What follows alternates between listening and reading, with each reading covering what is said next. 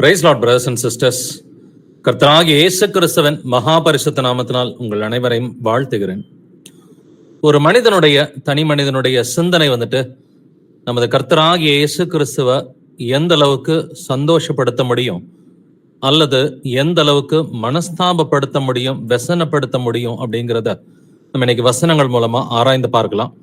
நம்முடைய சிந்தனைகள் ஒவ்வொன்றும் ரொம்ப கரெக்டா இருக்கணும்னு சொல்லி கர்த்தர் விரும்புறார். நம்மளுடைய இருதய சிந்தனைகள் எல்லாமே பர்ஃபெக்டா இருந்தா மட்டும்தான் நம்முடைய வாயின் வார்த்தைகள், நம்முடைய அவயவங்களின் செயல்பாடுகள் எல்லாமே கர்த்தருக்கு பிரியமானதா இருக்கும். மனிதனுடைய சிந்தனைகளை பத்தி கர்த்தர் என்ன பேசுறாருன்றதை நம்ம வாசித்து கேட்கலாம். ஆதியாகமம் 6ஆம் அதிகாரம் வசனங்கள் 5 முதல் 6 வரைக்கும் வாசிக்கலாம். மனுஷனுடைய அக்கிரமம் பூமியிலே பெருகினது என்றும் அவன் இருதயத்து நினைவுகளின் தோற்றமெல்லாம் நித்தமும் பொல்லாததே என்றும் கர்த்தர் கண்டு தாம் பூமியிலே மனுஷனை உண்டாக்கினதற்காக கர்த்தர் மனஸ்தாபப்பட்டார். அது அவர் இருதயத்திற்கு விசனமாயிருந்தது. ஆமென். மனுஷனுடைய அக்கிரமம் பூமியிலே பெருகினது என்றும் அவன் இருதயத்தின் நினைவுகளின் தோற்றமெல்லாம் நித்தமும் பொல்லாததே என்றும் கர்த்தர் கண்டார். சோ மனுஷனுடைய இருதயத்தின் நினைவுகள் கர்த்தர் பொல்லாதது, எப்படி பொல்லாதது, நித்தமும் பொல்லாதது என்று கர்த்தர் கண்டார். கண்டு தாம் பூமியிலே மனுஷனை உண்டாக்கினதற்காக கர்த்தர் மனஸ்தாபப்பட்டார். மனஸ்தாபப்பட்டது மட்டும் இல்லாம அது அவருடைய இருதயத்துக்கு விசனமாயிருந்தது அப்படின்னு சொல்லிதான் எழுதியிருக்குது. இதெல்லாம் எந்த காலகட்டத்தில் எழுதிருந்துச்சுன்னு பாத்தீங்கன்னாக்க, நோவாவுடைய வெள்ளத்துக்கு முன்னாடி. இந்த நோவாவுடைய வெள்ளம் பாத்தீங்கன்னா அப்ராக்சிமேட்லி இதெல்லாம் ஒரு 1500களில் நடந்தது. ஆதாம் உண்டாகி ஒரு 1500 வருடங்கள் கழித்து இதெல்லாம் நடந்த காரியம். பட் அதன் பிறகு இப்ப இன்னைக்கு ஒரு 6000 ஆண்டோட முடிவில் இருக்கிறோம். இதெல்லாம் மாறிடுச்சான்னு பாத்தீங்கன்னா இல்ல. 6000 ஆண்டுகளாவே பாவத்திற்கு பிறகு, ஆதாமினுடைய பாவத்திற்கு பிறகு மனுஷனுடைய இருதயம், அவனுடைய இருதயத்தின் நினைவுகளின் தோற்றம் எல்லாம் நித்தமும் பொல்லாததாக இருக்கிறது. அப்ப நம்மளுடைய இருதயத்தின் நினைவுகள் பொல்லாததா இருந்தா நம்மளால என்ன செய்ய முடியும்? கர்த்தரை மனஸ்தாபப்பட வைக்க முடியும். கர்த்தர் व्यसனப்படுவாரு. எதுக்காக இவங்களை படைச்சோம் அப்படின்ற லெவலுக்கு கர்த்தரை व्यसனப்படுத்த முடியும். ஆனா கர்த்தரை அதே நினைவுகளை கொண்டு, நல்ல நினைவுகளை கொண்டு, வசனத்திற்குரிய சிந்தனைகளோடு கூட கர்த்தரை பிரியப்படுத்தவும் நம்மளால முடியும். தொடர்ந்து வாசிக்கலாம். ஆதியாகமம் 8ஆம் அதிகாரம் வசனம் 21. ஜெனசிஸ் 8:21. சுகந்த வாசனையை கர்த்தர் முகர்ந்தார். அப்பொழுது கர்த்தர், இனி நான் மனுஷன் நிமித்தம் பூமியை சபிப்பதில்லை. மனுஷனுடைய இருதயத்தின் நினைவுகள் அவன் சிறு வயது தொடங்கி பொல்லாததாய் இருக்கிறது. நான் இப்பொழுது செய்தது போல இனி சகல ஜீவன்களையும் சங்கரிப்பதில்லை. ஆமென். ஆமென். நோவாவின் வெள்ளம் முடிஞ்சது. முடிந்த பிறகு நோவா வெளியே வந்த பிறகு கர்த்தருக்கு பலியை கொடுக்கிறான். அந்த பலியின் வாசனையை கர்த்தர் முகர்ந்த போது அவர் என்ன சொல்றாரு? மனுஷனுடைய இருதயத்தின் நினைவுகள் அவன் சிறு வயது தொடங்கி பொல்லாததா இருக்கிறது, ஆனாலும் நான் முழுமையாக மனிதனை சங்கரிக்க மாட்டேன்னு சொல்றார். சோ அவர் ஒத்துக்கிறார். மனுஷனுடைய நினைவுகள் இப்படிதான் இருக்குது அப்படின்னு சொல்லி ரட்சிப்புக்கான ஒரு திட்டத்தை வைத்திருக்கிறதும் கர்த்தருக்கு அந்நாட்களிலே தெரியும். கர்த்தர் முன்னறிவுள்ளவர் அப்படின்றது நம்ம எல்லோருமே ஒரு பைபிள் ஸ்டடியில நம்ம படிச்சிருக்கிறோம். என்னுடைய முன்னறிவின்படி நம்ம எல்லோருமே எப்படி ரட்சிப்புக்குள்ளார கொண்டு வர போறாருன்றது கர்த்தருக்கு ஏற்கனவே தெரியும். இல்ல கர்த்தர் அந்த நேரத்துல என்ன பண்றாரு? சரி, ஓகே, இவன் இப்படிதான் இருக்க போறான் அப்படின்னு சொல்லி அதன் பிறகுதான் ஆபிரகாம் கர்த்தர் சூஸ் பண்றாரு. ஆபிரகாமின் வழியிலே நம்முடைய கர்த்தராகிய இயேசு கிறிஸ்து வருகிறார். கர்த்தராகிய இயேசு கிறிஸ்துவின் மூலமா நம்ம எல்லாம் ரட்சிக்கப்பட்ட பிள்ளைகளா இருக்கிறோம். ரட்சிப்பின் பாதையில நடக்கிற பிள்ளைகளா இருக்கிறோம். மனுஷனுடைய நினைவுகள் பொதுவா எப்படி இருக்குது? அது நித்தமும் பொல்லாததாகத்தான் இருக்கிறது. இன்றும் பொதுவா பாத்தீங்கன்னா இந்த உலக மனிதர்களுடைய இருதயத்தின் நினைவுகள் நித்தமும் பொல்லாத நினைவுகளாதான் இருக்குது அப்படின்னு கர்த்தர் தெளிவாவே சொல்லி இருக்கிறாரு. இதை பிரசங்கிலேயே வாசிக்கிறோம். பிரசங்கி 9:3, எக்லீசியாஸ்டிஸ் 9:3 வாசிக்கலாம். எல்லாருக்கும் ஒரே விதமாய் சம்பவிக்கிறது. சூரியனுக்கு கீழே நடக்கிறது எல்லாவற்றிலும் விசேஷத்த தீங்காம். ஆதலால் மனுபுத்திரன் இருதயம் தீமையினால் நிறைந்திருக்கிறது. அவர்கள் உயிரோடு இருக்கும் நாளளவும் அவர்கள் இருதயம் பைத்தியம் கொண்டிருந்து பின்பு அவர்கள் செத்தவர்களிடத்திற்கு போகிறார்கள். மனுபுத்திரரின் இருதயம் தீமையினால் நிறைந்திருக்கிறது. அவர்கள் உயிரோடு இருக்கும் நாளளவும் அவர்கள் இருதயம் பைத்தியம் கொண்டிருக்கிறது. பின்பு அவர்கள் செத்தவர்களிடத்திற்கு போகிறார்கள். சோ மனுஷனுடைய இருதயம் எப்படி இருக்குது? தீமையினால் நிறைந்திருக்கிறதுன்னு சொல்லி 3வது வசனமா இந்த வசனம் நமக்கு சொல்லி கொடுக்கிறது. அவர்கள் உயிரோடு இருக்கும் நாளளவும் அவர்கள் இருதயம் பைத்தியம் கொண்டிருக்கிறது. எப்படி தீமையினால் பைத்தியம் கொண்டிருக்கிறது என்று கர்த்தர் பேசி இருக்கிறார். இதே மாதிரிதான் புதிய ஏற்பாட்டுல ஒரு அப்போஸ்தலனுடைய இருதய சிந்தனையும் கர்த்தருக்கு விசனமாயிருந்து கர்த்தர் அந்த அப்போஸ்தலனையும் கடிந்து கொண்டார் அப்படின்றத வந்துட்டு வாசிக்கிறோம். அப்ப நம்முடைய இருதய சிந்தனைகள் கர்த்தருக்கு ரொம்ப முக்கியமானதுங்க. நம்ம இருதயத்துல வந்துட்டு தீமையான சிந்தனைகளை சிந்திக்கிறோமா இல்ல நன்மையான சிந்தனைகளை நம்ம சிந்திக்கிறோமா, எதற்கு நாம் இருதயத்தை ஒப்பு கொடுக்கிறோம் அப்படிங்கிறத கர்த்தர் வந்துட்டு பார்ப்பார். ஏன்னா உள்ளந்தரியங்களை ஆராய்ந்தறிகிற தேவன். பிசாசுக்கு இருதயத்துல இருக்கிறதெல்லாம் தெரியாது. கர்த்தராகி இயேசு கிறிஸ்து ஒருவருக்கு மட்டும்தான் நம்முடைய இருதயத்துல இருக்கிறது தெரியும். அவர் நம்முடைய உள்ளந்தரியங்களை, நினைவுகளின் தோற்றங்களை எல்லாம் ஆராய்ந்தறிகிற தேவனாய் இருக்கிறார். நம்முடைய நாவிலிருந்து வார்த்தை பிறப்பதற்கு முன்னாடி அதை அறிந்த தேவனாய் இருக்கிறார். உங்களுடைய இருதய சிந்தனைகள் தாங்க உங்களுடைய நாக்குக்கு வந்துட்டு வார்த்தைகளை கொடுக்கிறது. உங்களுடைய இருதய சிந்தனைகள் தான் உங்களுடைய அவயவங்களின் செயல்பாடுகளை வந்துட்டு அது முடிவு செய்கிறது. அது ஒரு செயல்பாடா இருந்தாலும் இல்ல வாயின் வார்த்தையா இருந்தாலும் அதை முடிவு பண்றது பாத்தீங்கன்னா உங்களுடைய இருதய சிந்தனைகள் தான். கர்த்தர் அதனாலதான் சொல்லி இருக்கிறாரு, இருதயத்திலிருந்து தான் எல்லா பொல்லாத சிந்தனைகளும், களவும், விபச்சாரமும், பொய்யும், எல்லா பாவங்களும் இருதயத்திலிருந்து தான் புறப்பட்டு வருதுன்னு சொல்லி இயேசு கிறிஸ்து சொல்லி இருக்கிறார். சரி, ஒரு அப்போஸ்தலன் தன்னுடைய இருதய சிந்தனையினால கர்த்தரை எப்படி வசனப்படுத்தினான்றத நம்ம வாசிக்க கேட்கலாம். மத்தேயு 16 அதிகாரம் வசனம் 23 வாசிக்கலாம். Matthew 16:23. அவரோ திரும்பி பேதுருவை பார்த்து, எனக்கு பின்னாக போ சாத்தானே, நீ எனக்கு இடரலாய் இருக்கிறாய். தேவனுக்கு ஏற்றவைகளை சிந்தியாமல் மனுஷருக்கு ஏற்றவைகளை சிந்திக்கிறாய் என்றார். ஆமென். ஆமென். இதே அதிகாரத்துலதான் இயேசு கிறிஸ்து கேட்கிறாரு, என்னை யார் என்று ஜனங்கள் சொல்கிறார்கள் அப்படின்னு கேட்கும் பொழுது பேதுரு தான் பதில் சொல்றான், நீர் ஜீவனுள்ள தேவனுடைய குமாரனாகிய கிறிஸ்து அப்படின்னு சொல்லி பதில் சொல்றான். இயேசு கிறிஸ்து அவனை அப்ரிஷியேட் பண்றார். இது உனக்கு மாம்சமும் ரத்தமும் வெளிப்படுத்தவில்லை, பரலோகத்தில் இருக்கிற என் பிதா தாமே உனக்கு இதை வெளிப்படுத்தி இருக்கிறார் அப்படின்னு சொல்லி அவனை அப்ரிஷியேட் பண்றார். பட் வித்தின் ஃபியூ மினிட்ஸ் பாத்தீங்கன்னாக்க மனுஷகுமாரன் வந்துட்டு மரணம் அடையணும் அப்படிங்கிறத அவர் வந்துட்டு வெளிப்படுத்துறார். மனுஷகுமாரன் சிலுவையிலே அறையப்பட்டு வந்துட்டு எல்லாராலும் நிந்திக்கப்பட்டு அவர் எல்லாருடைய பாவத்துக்காக மரிக்க வேண்டும்ன்றதை இயேசு கிறிஸ்து வெளிப்படுத்தும் பொழுது பேதுரு என்ன செய்யறான், ஆண்டவரே இது உமக்கு நேரிடக்கூடாது என்று சொல்லி அவரை கடிந்து கொள்ள தொடங்கினான் என்று வேதம் சொல்கிறது. இயேசு கிறிஸ்துவை வந்துட்டு கடிந்து கொள்றதுக்கு முன்னாடி, அவன் வார்த்தைகள் பேசுவதற்கு முன்னாடி அவன் இருதயத்துல என்ன இருந்துச்சு, தேவனுக்கு ஏற்றவைகளை சிந்தியாமல் போ பின்னாலே சாத்தான்ன்றது முக்கியமான விஷயமே கிடையாது. இயேசு கிறிஸ்து கடிஞ்சுக்கிறார், உண்மைதான், எனக்கு பின்னாக போ சாத்தானே அப்படின்னு கடிஞ்சுக்கிறார். ஆனா ஏன் இப்படி கடிஞ்சுக்கிட்டாருன்னா, நீ எனக்கு இடரலா இருக்கிறாய் இதெல்லாம் சொல்லிட்டு பின்னாடி சொல்றாரு, தேவனுக்கு ஏற்றவைகளை சிந்தியாமல் மனுஷருக்கு ஏற்றவைகளை சிந்திக்கிறாய். அப்ப பேதுருவோட முதல் பிரச்சனை வந்துட்டு என்னது, மனுஷனுக்கு ஏற்றவைகளை சிந்திக்கிறதுதான். அப்ப அந்த இருதயத்தின் சிந்தனையே, ஐயோ இவர் மரிக்க கூடாது, இவருக்கு மாம்சத்துல எதுவும் நடக்க கூடாதுன்னு சொல்லி மாம்ச சிந்தை தான் இருந்தது. இயேசு கிறிஸ்து மரிக்கலைன்னு சொன்னாக்க நமக்கு ரட்சிப்பே கிடையாது. அப்ப இந்த மனித குலத்தின் ரட்சிப்பையே வந்துட்டு தடை பண்றதுக்கு வந்துட்டு பேதுரு மூலமா பிசாசு வேலை செஞ்சான். அதனாலதான் கர்த்தர் வந்துட்டு பின்னாக போ சாத்தானேன்னு சொல்லி பேதுரு வந்துட்டு திட்டுறார். பட் அவனுடைய சிந்தனைகள் வந்துட்டு எப்படி இருந்தது, அது மனுஷனுக்குரிய சிந்தனைகளா இருந்தது, மாம்சத்துக்குரிய சிந்தனைகளா இருந்துச்சு. அப்ப அதிகமா மாம்சத்துக்குரிய சிந்தனைகள் இதற்கு இடம் கொடுத்தோம்னா கர்த்தர் என்ன சொல்லுவாரு, போ பின்னாலே சாத்தானேன்னு வரும். யார் ஆளுகை செய்வான் அந்த மனுஷனுக்குள்ளார, சாத்தான் தான் ஆளுகை செய்வான் என்று எழுதி இருக்கிறது இல்லைங்களா? அப்படின்னா தேவனுக்கு ஏற்ற சிந்தனைகளோடு கூட நாம் இருக்க வேண்டும். கர்த்தர் அதைத்தான் நம்ம கிட்ட வந்துட்டு விரும்புறார். தேவனுக்கு ஏற்ற சிந்தனைகள், மனுஷனுக்கு ஏற்ற சிந்தனைகள்னு சொல்லி இது ரெண்டுமே வெவ்வேறாக இருக்குது. ஆவிக்கும் மாம்சத்துக்கும் எப்பொழுதும் ஒரு போராட்டம் இருக்கிறது. பட் இதை பேதுரு புரிஞ்சுக்கிட்டு மனம் திரும்பினான்றது நமக்கு தெரியும். இது மனம் திரும்பினது பேதுருக்கு நடந்த இந்த ஒரு எக்ஸ்பீரியன்ஸ். தவறான சிந்தனைகளை சிந்திச்சு கர்த்தரையே கடிஞ்சுக்கிட்டோமே அப்படின்ற கர்த்தரும் பின்னாடி வந்துட்டு அவனை கடிஞ்சுக்கிட்டு அவனை திருத்துறாரு. பேதுரு திருந்தியது அவனுக்கு பின்னாடி ஊழியம் பார்க்கும் பொழுது பிரயோஜனமா இருக்கிறது. வாசிக்கலாம், அப்போஸ்தலர் 8 அதிகாரம் வசனம் 20, ஆக்ட்ஸ் 8:20. பேதுரு அவனை நோக்கி, தேவனுடைய வரத்தை பணத்தினாலே சம்பாதித்துக் கொள்ளலாம் என்று நீ நினைத்தபடியால் உன் பணம் உன்னோடே கூட நாசமாய் போக கடவது. ஆமென். பேதுரு இந்த வார்த்தையை யாருக்கிட்ட சொல்றேன்னு பாத்தீங்கன்னா, சமாரியாவில ஊழியம் பார்க்கும் பொழுது அங்க சமாரியாவில வந்துட்டு சைமன் அப்படின்றவன் ஒருத்தர் இருக்கிறான். சீமோன் வந்துட்டு அவன் பேதுருக்கிட்ட என்ன கேட்கிறான்னாக்க, நான் யார் யார் மேலெல்லாம் கையை வைக்கிறேனோ அவர்கள் மேல் பரிசுத்த ஆவி வர வேண்டும் அப்படின்னு சொல்லிட்டு உனக்கு எவ்வளவு பணம் வேணா நான் கொடுக்குறேன்னு சொல்லி சொல்றான்.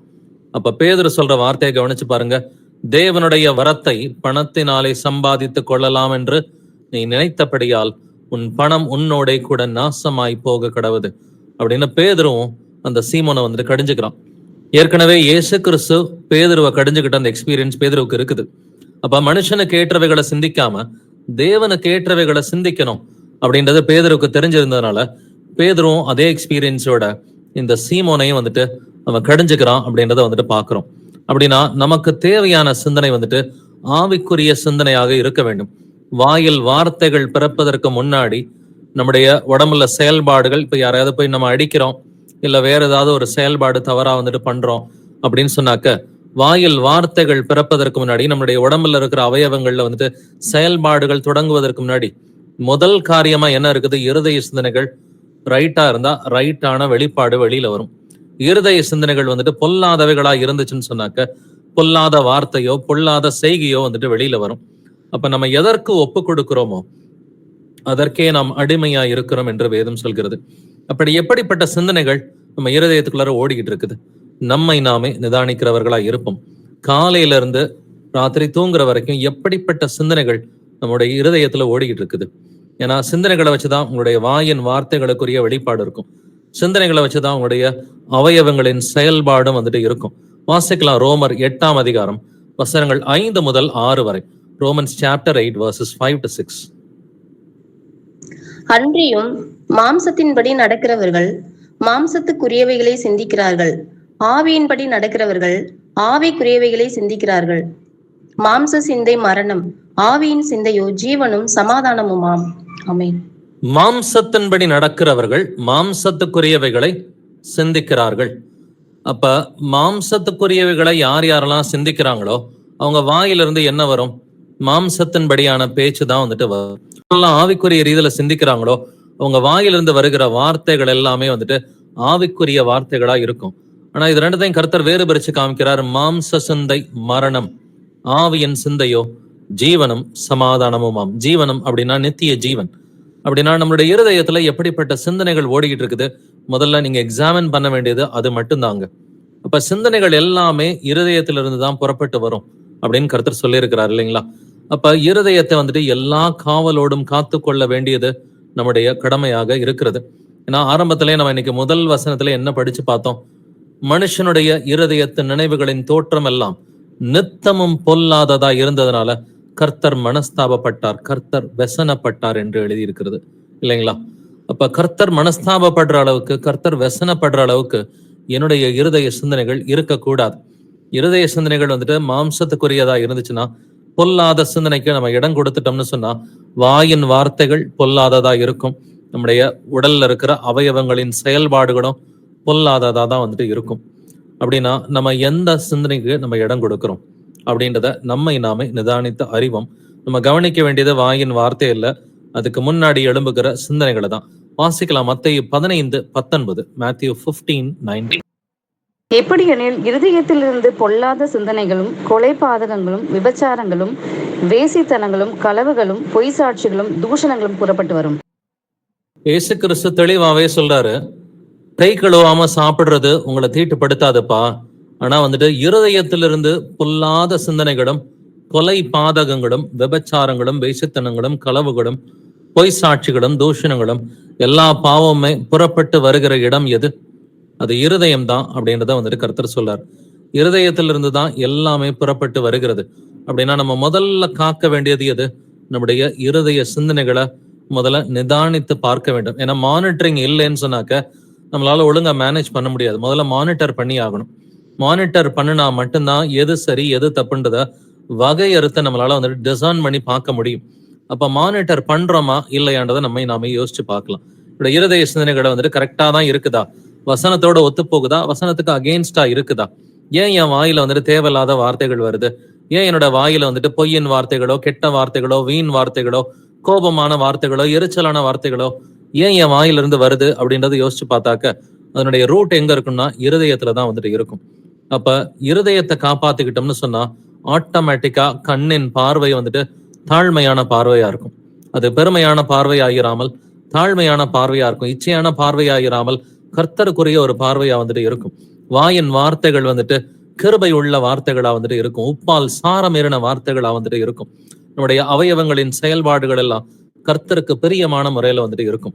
கர்த்தர் நம்மேல் விசனப்படாமல் நம்மேல் பிரியமாயிருந்து நீ பாக்கியவான் என்று வசனம் சொல்கிறது போல நமக்கு நித்திய ஜீவனை அளிப்பார். நித்திய ஜீவனுக்கு போறதுக்கு அடிப்படை இருதய சிந்தனைகள். அப்ப இந்த இருதய சிந்தனைகளை வந்துட்டு நம்ம கவனமா காப்பாத்திக்கணும். எரேமியா 17:9 வாசிக்கலாம். ஜெரமியா 17:9. எல்லாவற்றை பார்க்கிலும் இருதயமே திருக்குள்ளதும் மகா கேடுள்ளதுமாய் இருக்கிறது, அதை அறியத்தக்கவன் யார்? ஆமென். எல்லாவற்றை பார்க்கிலும் இருதயமே திருக்குள்ளதும் மகா கேடுள்ளதுமாய் இருக்கிறது. எல்லாத்த விட நீங்க கம்பேர் பண்ணி பாத்தீங்கன்னா எது வந்துட்டு அதிக திருக்குள்ளது, அதிக கேடுள்ளதுன்னு பாத்தீங்கன்னா அது இருதயமாக தான் இருக்கும்.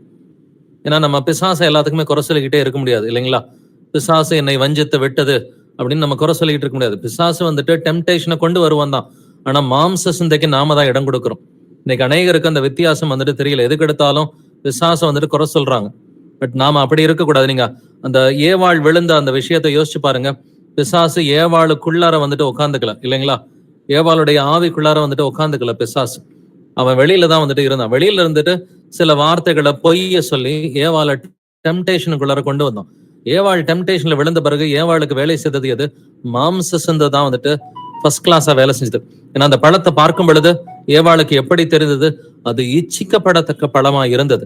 அது சாப்பிட்டா ஏதோ நல்லது நடக்கும் பொழுதற்கு நம்முடைய கண்கள் திறக்கப்பட்டு தேவர்களை போல மாறுவோம் போல இருக்குன்னு சொல்லி ஏவாளுடைய சிந்தனை வந்துட்டு அவங்களுடைய இருதயமும் அவங்களுடைய மாம்ச சிந்தையும் அழகா வேலை பார்க்க ஆரம்பிச்சது. அப்ப பிசாசு வெளியில தான் இருந்தான் இல்லைங்களா?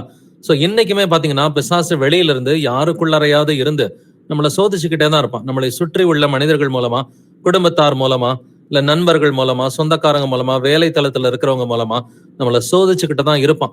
சபைக்குள்ளரே 1-2 பேருக்குள்ளார இருந்துட்டு பிசாசு நம்மளை சோதிக்கிறதுக்கு வாய்ப்பு இருக்கு. பட் நாம ஏவாளை போல விழுந்து மாம்ச சிந்தைக்குள்ளார போயிடக்கூடாது. நமக்குள்ளார பிசாசு வேலை செய்ய முடியாது. பிரதர்ஸ் அண்ட் சிஸ்டர்ஸ், நம்ம எல்லாம் கர்த்தராகிய இயேசு கிறிஸ்துவின் நாமத்தினால ஞானஸ்நானம் பெற்ற பிள்ளைகளா இருக்கிறோம். தேவன் ஒருவர் என்பதை தீர்க்கமாக விசுவாசிக்கிற பிள்ளைகளா இருக்கிறோம் இல்லைங்களா? தேவன் ஒருவர் என்பதை விசுவாசித்து என்னுடைய கர்த்தர் எனக்காக மரித்தார், அடக்கம் பண்ணப்பட்டார், அவர் 3ஆம் நாளில் உயிர்த்தார் என்கிற இந்த உறுதியான விசுவாசத்தோடு இயேசு கிறிஸ்துவின் நாமத்தினால ஞானஸ்நானம் பெற்ற பிள்ளைகளா இருக்கிறோம். நமக்குள்ளார பிசாசு வேலை செய்யவே முடியாது. ஆனா பிசாசு எங்கிட்டாவது வெளியில இருந்துகிட்டு யாராவது ஒரு அசுத்தாவி பிடித்த மனிதனோடு இருந்துகிட்டு நம்மளை வந்துட்டு இடற வைக்க முடியும். டெம்டேஷனுக்குள்ளார கொண்டு போக முடியும். டெம்டேஷனுக்குள்ளார கொண்டு போனா முதல்ல கெட்டு போகிறது எதுன்னு நினைக்கிறீங்க? இருதயம் தான். அதனாலதான் வசனம் சொல்லுது, எல்லாவற்றை பார்க்கலும் இருதயமே திருக்குள்ளதும் மகா கேடுள்ளதுமாய் இருக்கிறது. வாசிக்கலாம் நீதிமொழிகள் 4:23. Proverbs 4:23. எல்லா காவலோடும் உன் இருதயத்தை காத்துக்கொள், அதனிடத்தில் நின்று ஜீவ ஊற்று புறப்படும். எல்லா காவலோடும் உன் இருதயத்தை காத்துக்கொள். இன்னைக்கு நிறைய பேர் காப்பாத்துறது எது? வீடை பூட்டி வச்சுக்கிறோம், வீட்டுல இருக்கிற பொருட்களை பூட்டி வச்சுக்கிறோம். நல்லதுதான், இதெல்லாம் கர்த்தர் கொடுத்ததுதான், பத்திரமா பாத்துக்கணும் தான். பிள்ளைகளை பத்திரமா பாத்துக்கிறோம், குடும்பத்தார பத்திரமா பாத்துக்கிறோம். பட் எல்லா காவலோடும் உன் இருதயத்தை காத்துக்கொள். அப்ப இதை மானிட்டர் பண்றோமா? இப்ப வீட்டுல இருக்கிற பொருட்களை மானிட்டர் பண்றோம், பிள்ளைங்களை மானிட்டர் பண்றோம், குடும்பத்தார மானிட்டர் பண்ணி எல்லாம் ஜாக்கிரதையா இருக்குதா அப்படின்றத செக் பண்ணி பாத்துக்கிறோம். ஆனா இருதயத்தை மானிட்டர் பண்றோமா? எல்லா காவலோடும் உன் இருதயத்தை காத்துக்கொள், அதனிடத்தில் நின்று ஜீவ ஊற்று புறப்படும். அப்ப கர்த்தர் சொன்ன வசனங்களை இருதயத்துல நான் எழுதிக்கிட்டேனாக்க எனக்கு ஆவியானவர் நினைப்பூட்டுவார் இல்லைங்களா? எனக்கு ஆவியானவர் ஆட்டோமேட்டிக்கா நினைப்பூட்டுவார். என்னோட வேலை வந்துட்டு அந்த வசனங்களை நான் விசுவாசிக்கணும். அந்த வசனங்களை நோக்கி நான் வந்துட்டு ஓட ஓட ஓட ஆவியானவர் அந்த வசனங்களை நமக்கு நினைப்பூட்டுவார் என்று வேதம் சொல்கிறது. பட் காப்பாத்திக்கல, இருதயத்தை காப்பாத்திக்கலனாக்க கர்த்தர் என்ன பண்ணுவாரு? கேடான சிந்தனைக்கு கையெழுத்து என்னமோ பண்ணு போ அப்படின்ற மாதிரி வெற்றுவார். எப்படி நோவாவின் நாட்களிலே மனுஷனுடைய இருதயம் பொல்லாததா இருந்தது, நித்தமும் வந்துட்டு பொல்லாததா இருந்தது, இது கர்த்தருக்கு விசனமா இருந்தது. ஆனா கர்த்தர் என்ன பண்ணிட்டாரு? கையை கழுவி வெட்டுட்டார். என்னமோ பண்ணுங்க அப்படின்ற மாதிரி கையை கழுவி விட்டுட்டு நோவாவுக்கோ கர்த்தருடைய கிருபை வந்துட்டு கிடைத்தது அப்படின்னு சொல்லி வசனம் சொல்லுது. நோவாவுக்கும் அவனுடைய குடும்பத்தாருக்கு மட்டும் கர்த்தருடைய கிருபை கிடைத்தது. அப்படின்னா யாரெல்லாம் ஆவியின்படி சிந்திக்கிறாங்களோ, யாரெல்லாம் கர்த்தருக்குரியவைகளை சிந்திக்கிறாங்களோ அவர்களுக்கு கர்த்தருடைய கிருபை கிடைக்கும். பட் வசனம் தெரிஞ்சுமே அதை எதிர்த்துட்டு போனாக்க கர்த்தர் என்ன பண்ணுவாரு? கேடான சிந்தனைக்கு அவர் ஒப்பு கொடுத்து விடுவார். அதனால நம்ம காப்பாத்திக்க வேண்டியது எல்லா காவலோடும் இருதயத்தை காத்து கொள்வதற்கு நாம் கடமைப்பட்டவர்களா இருக்கிறோம். ரோமர் 1 வசனம் 21 வாசிக்கலாம். Romans 1:21. அவர்கள் தேவனை அறிந்தும் அவரை தேவன் என்று மகிமைப்படுத்தாமலும் ஸ்தோத்திரியாமலும் இருந்து தங்கள் சிந்தனைகளினாலே வீணரானார்கள். உணர்வில்லாத அவனுடைய இருதயம் இருளடைந்தது. ஆமென். அவர்கள் தேவனை அறிந்தும் அவரை தேவன் என்று மகிமைப்படுத்தாமலும் ஸ்தோத்தரியாமலும் இருந்து. அப்ப தேவன் யாருன்றதை தெரிஞ்சும் அவரை தேவனுக்குரிய மகிமையை அவருக்கு கொடுக்கல. இன்னைக்குமே வந்துட்டு தேவனுக்குரிய மகிமையை கொடுக்காதவங்கள நம்ம பார்த்துக்கிட்டு தான் இருக்கிறோம். அதுல 1-2 பேர் நம்மளோட க்ளோஸாவும் இருக்கதான் வந்துட்டு செய்வாங்க இல்லைங்களா? தங்கள் சிந்தனைகளினாலே வீணரானார்கள். எதனால வீணாய் போனாங்க? சிந்தனைகளினாலே வீணார்கள். கெட்ட வார்த்தை சொல்லி வீணானாங்க, இல்ல பொய் பேசி வீணாய் போனாங்க அப்படின்னு வசனம் சொல்லல இல்லைங்களா? தங்கள் சிந்தனைகளினாலே வீணரானார்கள். உணர்வில்லாத அவர்களுடைய இருதயம் இருள் அடைந்தது. அப்ப இருதயத்துலதான் சிந்தனை இருக்கு. இருதயத்தை பத்தியும் இந்த வசனம் சொல்லுது, சிந்தனைகளை பத்தியும் இந்த வசனம் சொல்லுது இல்லைங்களா? சோ இருதயம் வந்துட்டு இருள் ஆயிருச்சுன்னு வச்சுக்கோங்களேன், சிந்தனை வந்துட்டு என்ன ஆயிடும்? வீணா போயிடும். அதனாலதான் வீண் வார்த்தைகளை பேசுவாங்க. நீங்கள் பேசுகிற ஒவ்வொரு வீண் வார்த்தைக்கும் நியாய தீர்ப்பு நாளிலே கணக்கு ஒப்புவிக்க வேண்டும்னு கர்த்தர் வந்துட்டு பேசி இருக்கிறார் இல்லைங்களா? அப்ப இருதயம் வந்துட்டு எப்ப இருளாகும்? தேவனை அறிந்தும் அவரை தேவன் என்று மகிமைப்படுத்தல அப்படின்னு சொன்னா, இயேசு கிறிஸ்துவை சர்வ வல்லமையுள்ள தேவன் அப்படின்னு சொல்லி மகிமைப்படுத்தல அப்படின்னு சொன்னாக்க சிந்தனையில வீணரா வந்துட்டு போயிருவாங்க. இருதயம் வந்துட்டு இருள் அடைஞ்சிரும்னு சொல்லி வசனம் சொல்லுது. தொடர்ந்து வாசிக்கலாம். ரோமர் 1:28, ரோமன்ஸ் 1:28. தேவனை அறியும் அறிவை பற்றி கொண்டிருக்க அவர்களுக்கு மனதில்லாதிருந்தபடியால் தகாதவர்களை செய்யும்படி தேவன் அவர்களை கேடான சிந்தைக்கு ஒப்பு கொடுத்தார். தகாதவைகளை செய்யும்படி எதற்காக தேவன் அவர்களை கேடான சிந்தனைக்கு ஒப்பு கொடுத்தார்? அப்ப தேவனே அவங்களை தூண்டி விட்டாராம்? அப்படி எல்லாம் கிடையாது. அவங்க வந்துட்டு என்னமோ பண்ணட்டுன்ற மாதிரி தேவன் கையை கழுவி விட்டுட்டார். எப்படி வந்துட்டு பார்வோனை வந்துட்டு அவனுடைய இருதயத்தை தேவன் கடினப்படுத்தினார் அப்படின்னு சொன்னா, தேவன் அவனுடைய இருதயத்தை கடினப்படுத்தல, அவன் கடினமாகும்படி அவனை விட்டு விட்டார். இந்த அர்த்தத்துலதான் வேதம் சொல்லுது. அப்ப தகாதவைகளை செய்யும்படி தேவன் அவர்களை கேடான சிந்தனைக்கு ஒப்பு கொடுத்தாருன்னு சொன்னா, என்னமோ பண்ணிக்கப்போ அப்படின்னு சொல்லி கர்த்தர் ஒரு ஸ்டேஜ்ல கையை கழுவிடுவார். ஏன்னா சவுல் ராஜாவா அப்படிதான் கையை கழுவிட்டார் கர்த்தர். பிழையாம் தீர்க்கதரிசியை கையை கழுவிட்டார். நீ என்னமோ பண்ணு அப்படின்னு சொல்லிட்டு. ஏன்னா இவர்கள் எல்லோரும் கர்த்தரை அறிந்தவர்கள். அது காயினா இருக்கட்டும், இல்ல வந்துட்டு யூதாஸா இருக்கட்டும், பிழையாம் தீர்க்கதரிசியா இருக்கட்டும், சவுல் ராஜாவா இருக்கட்டும், இவங்க 4 பேரோட எக்ஸாம்பிள்ஸ் நீங்க பாத்தீங்கன்னா, இவங்க 4 பேரும் நன்றாக கர்த்தரை அறிந்தவர்கள். கர்த்தரை அறிந்து தேவனை அறிந்தும் அவரை தேவன் என்று மகிமைப்படுத்தல. தங்களுடைய கிரியைகள் மூலமா, தங்களுடைய கீழ்ப்படிதல் மூலமா தேவனை மகிமைப்படுத்தல. அதனால கர்த்தர் என்ன பண்ணிட்டாரு? அவங்களுடைய இருதயம் இருள் அடையுமாறு விட்டு விட்டாரு. அவர்களுடைய சிந்தனைகளிலே அவர்கள் வீணராகி போய் பின்வாங்கி அவங்க வந்துட்டு நரக அக்கினிக்கு வந்துட்டு போயிட்டாங்க. இப்ப நாம எப்படி இருக்கணும்? நம்ம மற்ற புறஜாதிகளை போல வீண் சிந்தனையில நடக்க கூடாதுன்னு சொல்லி வேதம் சொல்கிறது. வாசிக்கலாம். எபேசியர் 4:17, எபேசியன்ஸ் 4:17. ஆதலால் கர்த்தருக்குள் நான் உங்களுக்கு சாட்சியாக சொல்லி எச்சரிக்கிறது என்னவெனில், மற்ற புறஜாதிகள் தங்கள் வீணான சிந்தையிலே நடக்கிறது போல நீங்கள் இனி நடவாமல் இருங்கள். ஆமேன். மற்ற புறஜாதிகள் தங்கள் வீணான சிந்தையிலே நடக்கிறது போல நீங்கள் இனி நடவாமல் இருங்கள். அப்ப புறஜாதிகள் எப்படி நடக்கிறாங்க? வீண் சிந்தனையில நடக்கிறாங்க. பட் நீங்க அப்படி நடக்காதீங்க. சரி, ஓகே, நான் வீண் சிந்தனையை வந்துட்டு விட்டுட்டாக்க நான் என்ன பண்ணணும்? முதல்ல மனம் திரும்பணும்னு கர்த்தர் சொல்றாரு. வாசிக்கலாம். ஏசாயா 55:7, ஐசாயா 55:7. துன்மார்க்கன் தன் வழியையும் அக்கிரமக்காரன் தன் நினைவுகளையும் விட்டு கர்த்தரிடத்தில் திரும்ப கடவன். அவர் அவன் மேல் மனதுருகுவார். நம்முடைய தேவனிடத்திற்கே திரும்ப கடவன். அவர் மன்னிக்கிறதற்கு தயை பெருத்திருக்கிறார். ஆமென்.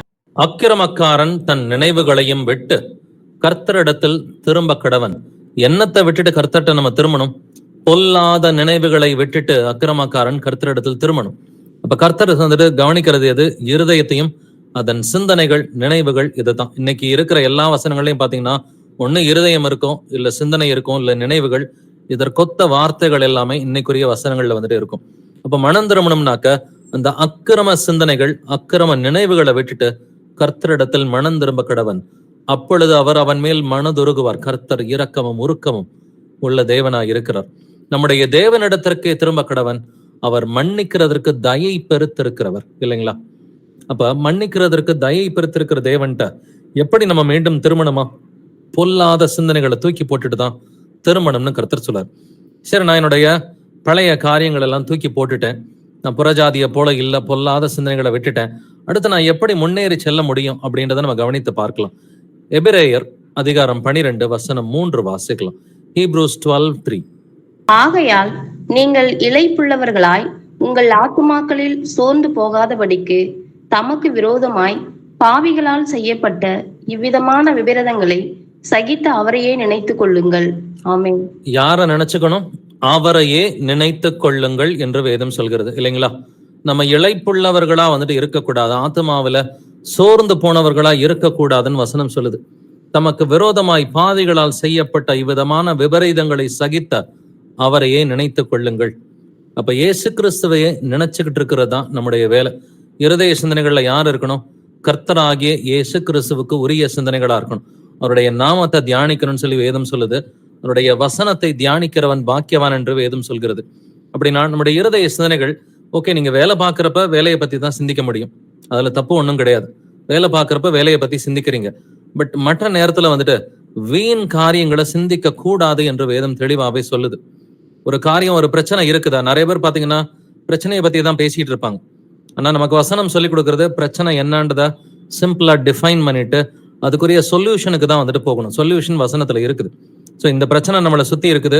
அது சபைக்குள்ளார ஒரு பிரச்சனை இருக்கலாம், இல்ல குடும்பத்துல ஒரு பிரச்சனை இருக்கலாம், தனி மனித வாழ்க்கையில ஒரு பிரச்சனை இருக்கலாம், ஆபீஸ்ல ஒரு பிரச்சனை இருக்கலாம். உங்களுடைய பிரச்சனை வந்துட்டு இது தனிப்பட்ட வாழ்க்கையிலயோ, குடும்பத்திலேயோ, சபையிலேயோ, ஆபீஸ்லயோ, எங்க வேணா இருக்கலாம். ஆனா பிரச்சனையவே பேசுறவங்க நிறைய பேர் இருக்கிறாங்க.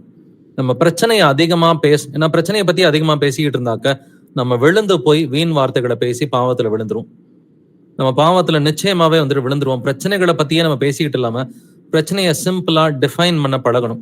இதுதான் பிரச்சனை, இந்த பிரச்சனைக்கு என்ன தீர்வு இருக்குது அப்படின்றத நம்ம ஜெபத்துல போய் கர்த்தர்ட்ட கேட்கலாம், வசனத்துல தேடி பார்க்கலாம். வந்துட்டு அவையானவரை எனக்கு சொல்லி கொடுங்கன்னு சொல்லி அப்பப்ப நம்ம வந்துட்டு கேட்டு பார்க்கலாம். இப்படி கேட்டீங்கன்னா பிரச்சனைகளுக்கு ஒரு தீர்வு வசனத்துல இருக்குது. கர்த்தர் நம்மை வந்துட்டு எப்படி சால்வ் பண்றது அப்படின்னு சொல்லி பழக்கப்படுத்துவார். வந்துட்டு ஒரு வியாதியா இருந்தாலும், ஒரு பிரச்சனையா இருந்தாலும், இது எதுவா இருந்தாலும் கர்த்தர் வந்துட்டு என்ன தீர்வுன்றது தம்முடைய பரிசுத்த ஆவியை கொண்டு, தம்முடைய வசனங்களை கொண்டு நமக்கு நினைப்பூட்டி பழக்கப்படுத்துகிற தேவனா இருக்கிறார். அப்ப யாரை நினைக்கணும்? நம்ம அவரையே நினைத்து கொள்ளுங்கள். இயேசு கிறிஸ்துவையும் அவருடைய வசனங்களையும் நினைக்கிற பிள்ளைகளா நம்ம இருக்கிறோமா? இல்ல வீண் சிந்தனைகளுக்கு நம்ம இடம் கொடுக்கிறோமா? வீண் சிந்தனைகளுக்கு நம்ம இடம் கொடுத்தோம்னு சொன்னாக்க கர்த்தர் மனஸ்தாபப்பட்டார், வெசனப்பட்டார் என்று வசனம் சொல்கிறது. கர்த்தரை வெசனப்படுத்துகிற பிள்ளைகளா நம்ம இருக்கக்கூடாது. ஏசாயா 26:8 வாசிக்கலாம். ஐசையா 26:8. கர்த்தாவே, உம்முடைய நியாய தீர்ப்புகளின் வழியிலே உமக்கு காத்திருக்கிறோம். உமது நாமமும் உம்மை நினைக்கும் நினைவும் எங்கள் ஆத்துமா வாஞ்சியாய் இருக்கிறது. கர்த்தாவே, உம்முடைய நியாய தீர்ப்புகளின் வழியிலே உமக்கு காத்திருக்கிறோம் அப்படின்னு சொல்லிட்டு, உமது நாமமும் உம்மை நினைக்கும் நினைவும் எங்கள் ஆத்தும வாஞ்சையா இருக்கிறது. நம்ம என்னத்தை வந்து நினைக்கணுமா? கர்த்தருடைய நாமத்தை நினைக்கணுமா? உம்மை நினைக்கும் நினைவும் எங்கள் ஆத்தும வாஞ்சையா இருக்கிறது. சொல்ல முடியுமா உங்களால? இயேசுவே, உம்முடைய நாமத்தை நினைக்கிற நினைவும் உம்மை நினைக்கும் நினைவு எனக்கு வந்துட்டு ஆத்தும வாஞ்சையா இருக்கிறது. ஓகே, சொல்ல முடியலன்னா இன்னையிலிருந்து சொல்லுவோம். நேத்து வரைக்கும் சொல்ல முடியலன்னா இன்னையிலிருந்து சொல்லுவோம். ஆண்டவரே, உம்மை நினைப்பது எனக்கு இன்பமாய் இருக்கிறது, உடைய வசனங்களை தியானிப்பது எனக்கு இன்பமாய் இருக்கிறது அப்படின்னு சொல்லிட்டு வசனங்களை தொடர்ந்து தியானிக்கிற பிள்ளைகளா இருக்கணும். நிறைய நேரம் ரொட்டீன் ஒர்க்ல வந்துட்டு இருப்போம். ரொட்டீன் ஒர்க்ல வந்துட்டு இருக்கும்பொழுது நிறைய ரொட்டீன் ஒர்க் நம்ம பண்ணிக்கிட்டு தான் இருக்கிறோம் இல்லைங்களா? காலையில எந்திரிச்சா பல்லு விளக்குறது ரொட்டீன் ஒர்க் தான். சரி, ஒரு 5 நிமிஷம் நீங்க பல்லு விளக்குறீங்கன்னா யார்கிட்டையும் உங்களால பேச முடியாது இல்லைங்களா? யார்கிட்டையும் உங்களால பேச முடியாது. அப்படின்னா அந்த நேரத்துல வந்துட்டு என்ன சிந்தனைகள் ஓடுது அப்படின்றத யோசிச்சு பாருங்க. இல்ல ஆஃபீஸ்ல ஏதாவது ரொட்டீன் ஒர்க்ல இருக்கலாம், இல்ல வீட்டுல ஏதாவது ஒரு சமையல் போன்ற ஒரு ரொட்டீன் ஒர்க்ல இருக்கலாம். பட் அந்த ரொட்டீன் ஒர்க்ல இருக்கிறப்ப கண்ணு பாக்குறத கை செய்யும் ஆட்டோமேட்டிக்கா இல்லைங்களா? இதுக்கு நீங்க பெருசா வந்துட்டு ரொம்ப சிந்திக்க வேண்டிய அவசியம்லாம் இல்லை. அந்த நேரத்துல இருதயத்தின் சிந்தனைகளை நல்லா நிதானிச்சு பாருங்க. ஏன்னா அங்கதான் ஜீவனும் மரணமும் இருக்குது. அப்ப ஜீவனும் மரணமும் அந்த இருதய சிந்தனைகள் வந்துட்டு எப்படி இருக்குன்றதை பொறுத்துதான் வந்துட்டு இருக்குது. இப்ப நாவின் அதிகாரத்தில் இருக்குன்றதை நம்ம வாசிச்சிருக்கிறோம். பட் நாவின் அதிகாரத்துல இருக்கிறதுக்கு முன்னாடி முதலாவது அது இருதய சிந்தனைகள்ல தான் இருக்குது. அப்ப கர்த்தரை வந்துட்டு சிந்திக்கிற பிள்ளைகளா, கர்த்தருடைய வசனங்களை தியானிக்கிற பிள்ளைகளா இருந்தோம்னாக்க கர்த்தர் நம்ம மேல் பிரியமாய் இருப்பார். பிரசங்கி வாசிக்கலாம். பிரசங்கி 12:7, எக்லீசியாஸ்டிஸ் 12:7. இவ்விதமாய் மண்ணானது தான் முன்னிருந்த பூமிக்கு திரும்பி ஆவி தன்னை தந்த தேவனிடத்திற்கு மறுபடியும் போகாததற்கு முன்னும் அவரை உன் வாலிப பிராயத்திலே நினை. ஆமேன். இவ்விதமாய் மண்ணானது தான் முன்னிருந்த பூமிக்கு திரும்பி ஆவி தன்னை தந்த தேவனிடத்திற்கு மறுபடியும் போகாததற்கு முன்னும் அவரை உன் வாலிப பிராயத்திலே நினை. சிம்பிளா இந்த வசனம் என்ன சொல்றது? சாகிறதுக்கு முன்னாடி இயேசு கிறிஸ்துவை நினைச்சுக்கோ அப்படின்னு இந்த வசனம் நமக்கு சொல்லி கொடுக்குது. ஏன்னா மரித்த பிறகு ஒண்ணுமே பண்ண முடியாது இல்லைங்களா? மரிப்பதற்கு முன்னாடி கர்த்தரை வந்துட்டு நினைக்கிற பிள்ளைகளா எந்த பருவத்திலிருந்து வாலிப பிராயத்திலே நினை. சிறு வயதிலிருந்து வாலிப பிராயத்திலிருந்து கர்த்தரை நினைக்கிற பிள்ளைகளா? பைபிள்ல பாத்தீங்கன்னா சாமுவேல் தீர்க்கதரிசியோ இல்ல வந்துட்டு அதே போல தாவீது ராஜா, இவர்கள் எல்லோருமே வாலிப பிராயத்துல சிறு வயதிலிருந்தே வந்துட்டு கர்த்தரை விசுவாசித்த பிள்ளைகளா இருந்தாங்க. தானியல், ஷாத்ராக், மேஷாக், ஆபேத்நேகோ இவர்களை போன்றவர்கள், இல்ல திமோத்தி போன்றவர்கள், இல்ல தீத்து போன்றவர்கள்லாம் பாத்தீங்கன்னா ரொம்ப வாலிப வயதுல இருந்தே கர்த்தருக்கு வைராக்கியமா இருந்தவங்களா இருக்கிறத நம்மளால வந்துட்டு பார்க்க முடியுது. அப்ப நம்ம யாரை நினைத்து கொண்டிருக்கிறவர்களா இருக்கணும்? அவரை உன் வாலிப பிராயத்திலே நினைன்னு சொல்லுது. நினைனா என்னது? திங்க். அப்ப இருதய சிந்தனைகள் இல்லைங்களா? கர்த்தரை நினைக்கிற பிள்ளைகளா நம்ம இருக்கிறோமா? தேவையில்லாத வீண் சிந்தனைகளுக்கு இடம் கொடுக்கிறோமா? இது ரெண்டு தாங்க உங்களுடைய ஜீவனை வந்துட்டு டிஃபைன் பண்ண போகுது. உங்களுடைய ஜீவனை டிஃபைன் பண்ண போறது, நித்திய ஜீவனை எது முடிவெடுக்க போகுதுன்னா உங்களுடைய இருதய சிந்தனைகள்ல நீங்க எதற்கு இடம் கொடுக்குறீங்க? கர்த்தருக்கும் கர்த்தருடைய வசனத்துக்கு இடம் கொடுக்குறீங்களா, அல்லது வீண் சிந்தனைகளுக்கு, இந்த உலக சிந்தனைகளுக்கு இடம் கொடுக்குறீங்களா? இதுதான் வந்துட்டு ரொம்ப அடிப்படையானது. வாசிக்கலாம் நீதிமொழிகள் அதிகாரம் 3 வசனங்கள் 5 முதல் 7 வரைக்கும். Proverbs chapter 3 verses 5 to 7. உன் சுய புத்தியின் மேல் சாயாமல் உன் முழு இருதயத்தோடும் கர்த்தரில் நம்பிக்கையா இருந்து உன் வழிகள் எல்லாம் அவரை நினைத்துக்கொள். அப்பொழுது அவர் உன் பாதைகளை செவ்வைப்படுத்துவார். நீ உன்னை ஞானி என்று எண்ணாதே, கர்த்தருக்கு பயந்து தீமையை விட்டு விலகு. உன் சுய புத்தியின் மேல் சாயாமல் உன் முழு இருதயத்தோடும் கர்த்தரில் நம்பிக்கையா இருந்து உன் வழிகளில் எல்லாம் அவரை நினைத்துக்கொள்.